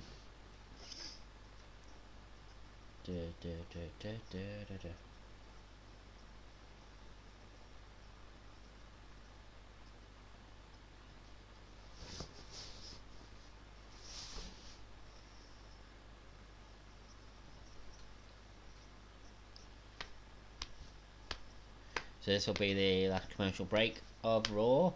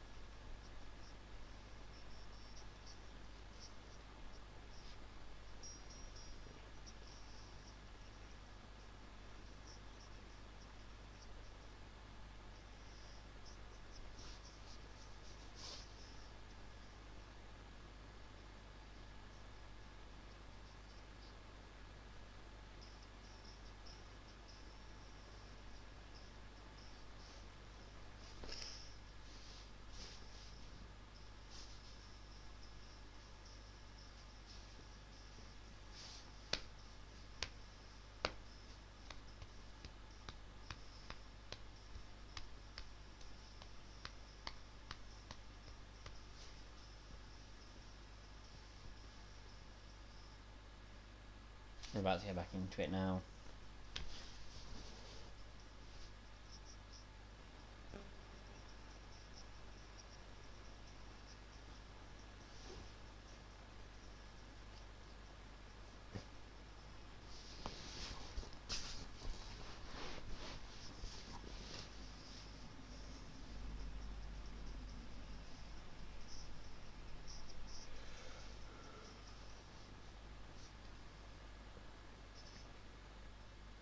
Oh dear.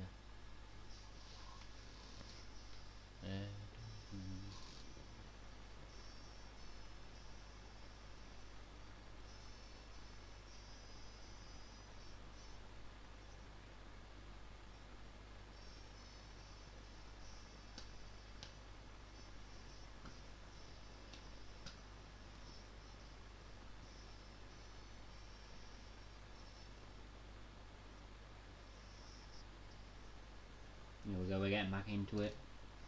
I think what's going to happen in the last 10 minutes of the show. I'll have Taz in SmackDown again.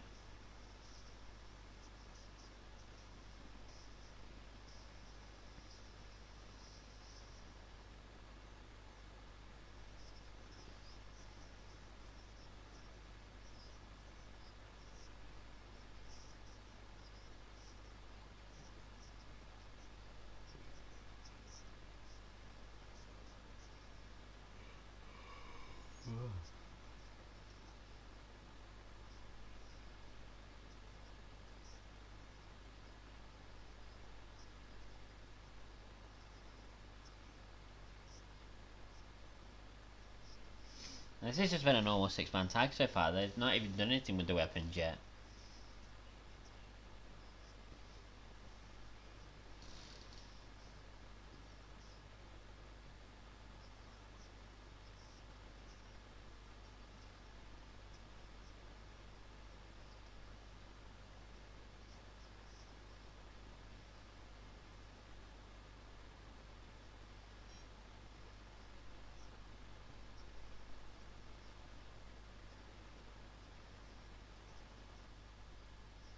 Whoa! Keith Lee with both Morrison and The Miz ramming them into the apron.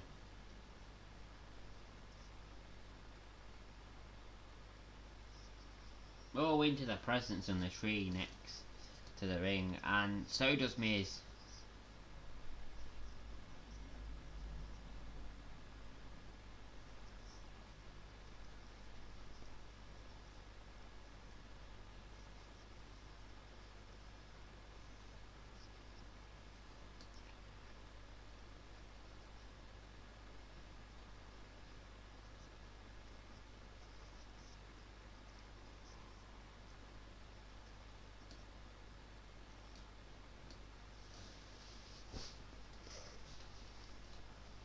Like 7 minutes left of the show.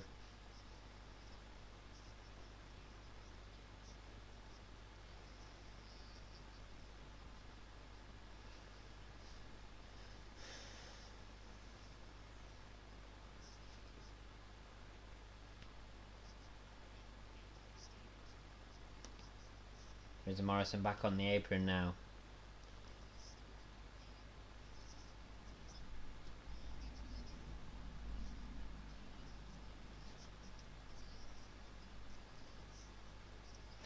Sheamus goes shoulder first into the post.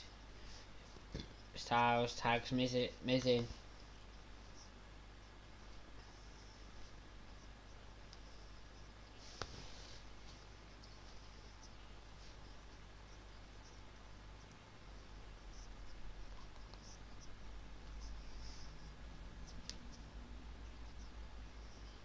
So, Byron just said there's been very little order in this match.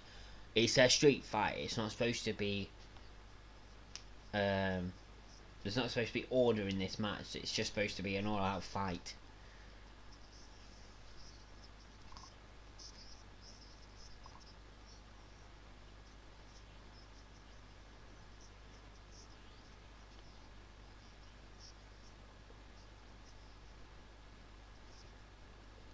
Whoa, whoa, whoa.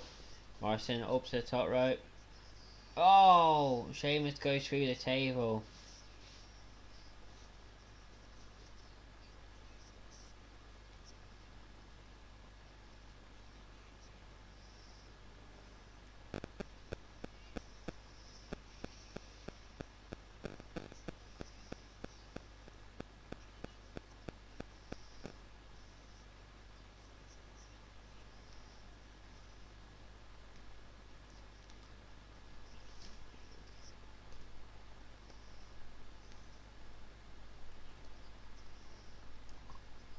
Sheamus back in the ring.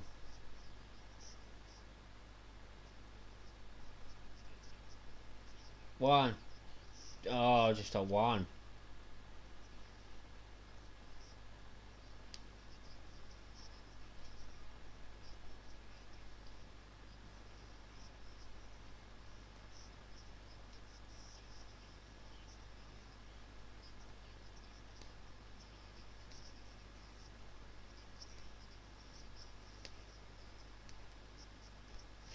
Miz is in with Sheamus, and Sheamus is being dominated at the moment.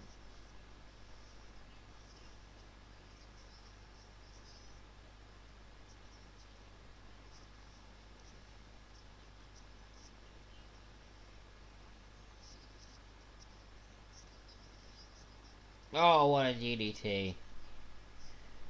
1, 2. Sheamus kicks out at 2.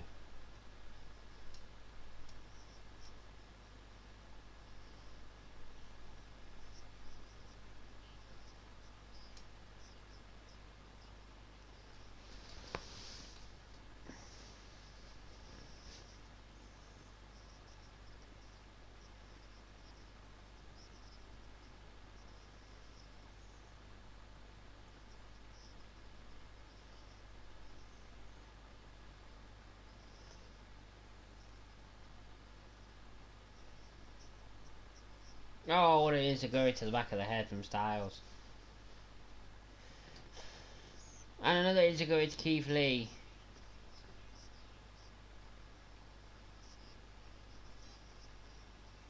What a white noise from Sheamus.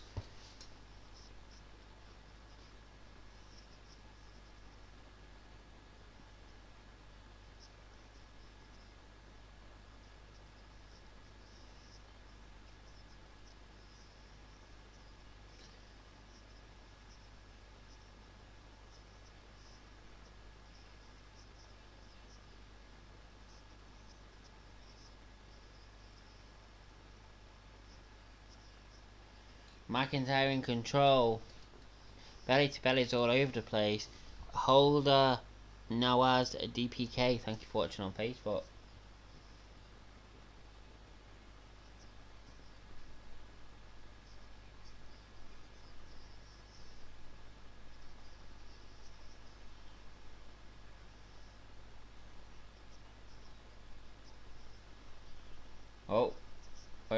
future shot DDT, and then a shot to the knee from Miz.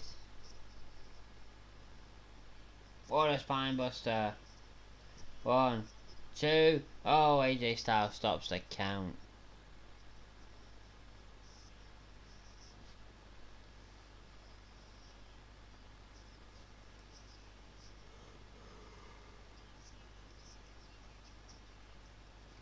Here's a Curry to Lee from Morrison. Oh, Irish Curse backbreaker. Oh, what a big boot from the Miz. And then a clothesline from McIntyre. Oh, and a kendo stick shot to the knee. Over and over again.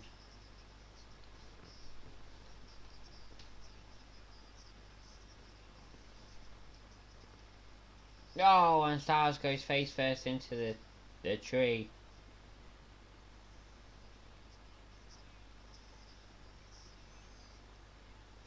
Oh, Styles goes through the table.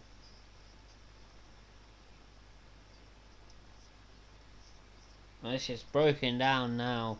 Thank God. It looks like it's getting interesting.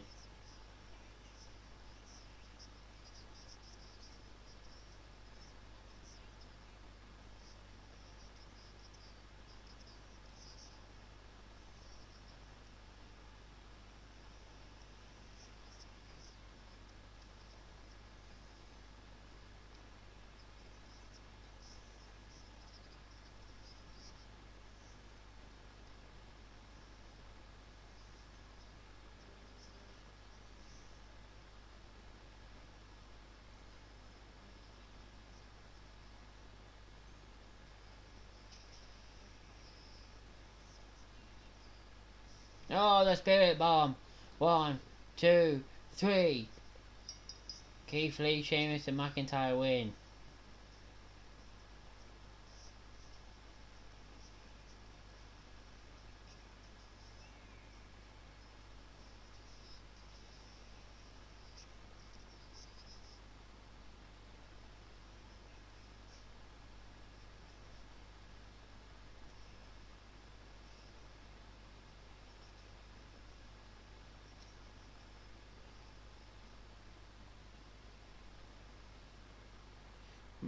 So it ends with Sheamus giving Keith Lee a brogue kick and McIntyre being pissed off with Drew McIntyre. Sorry, Drew McIntyre being really pissed off with Sheamus. So my final score, my full-time score for that, 6.5. And I tell you what added to put 0.5 onto from half to full was the whole Fiend segment with Lexi in the ring in her playground. It was a great segment. I really enjoyed it, and that's what added to 0.5. The rest of it, if it hadn't been for that, it'd have stayed at 6. The 6-man tag street fight made no sense. They shouldn't have had to tag in and out. It should have just been an all-out brawl between the 6 of them, but WWE doesn't make sense a lot of the time. What's your guys' full-time score out of 10?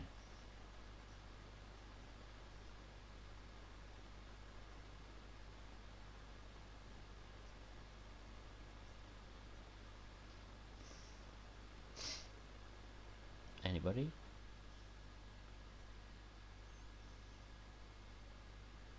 No? Okay. Well, we'll end it there, ladies and gentlemen.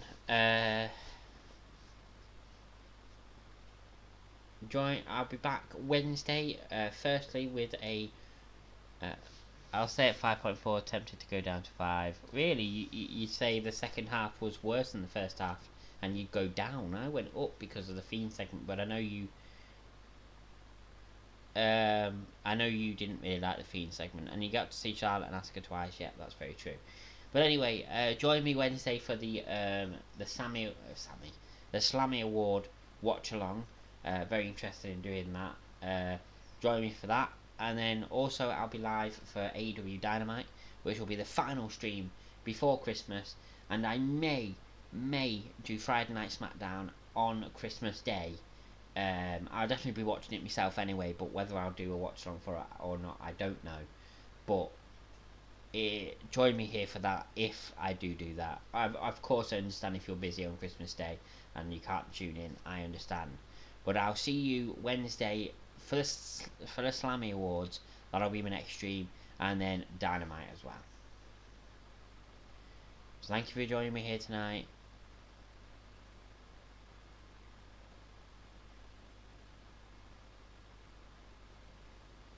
Okay, well, I don't really want to know. Yeah, SmackDown will be pre-recorded. They're not going to have a live SmackDown for Christmas Day, are they? But no, I don't know. I don't want to know the results for AEW, and I don't want to know the results for SmackDown. So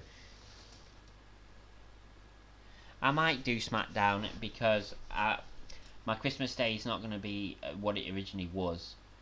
So I might do it, but I might give myself the day off. I'll be watching it myself anyway, even if I don't do a watch along for it. So, but I'll definitely be live Wednesday for the Slammy Awards and then for Dynamite. So yeah.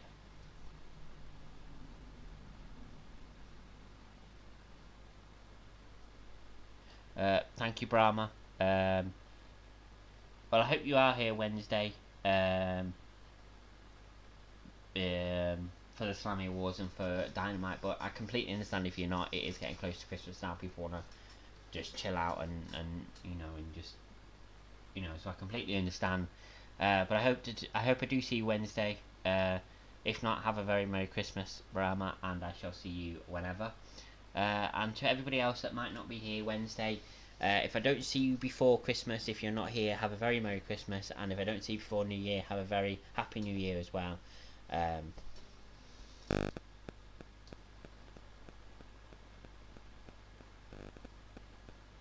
Well, exactly, but I don't know whether I will.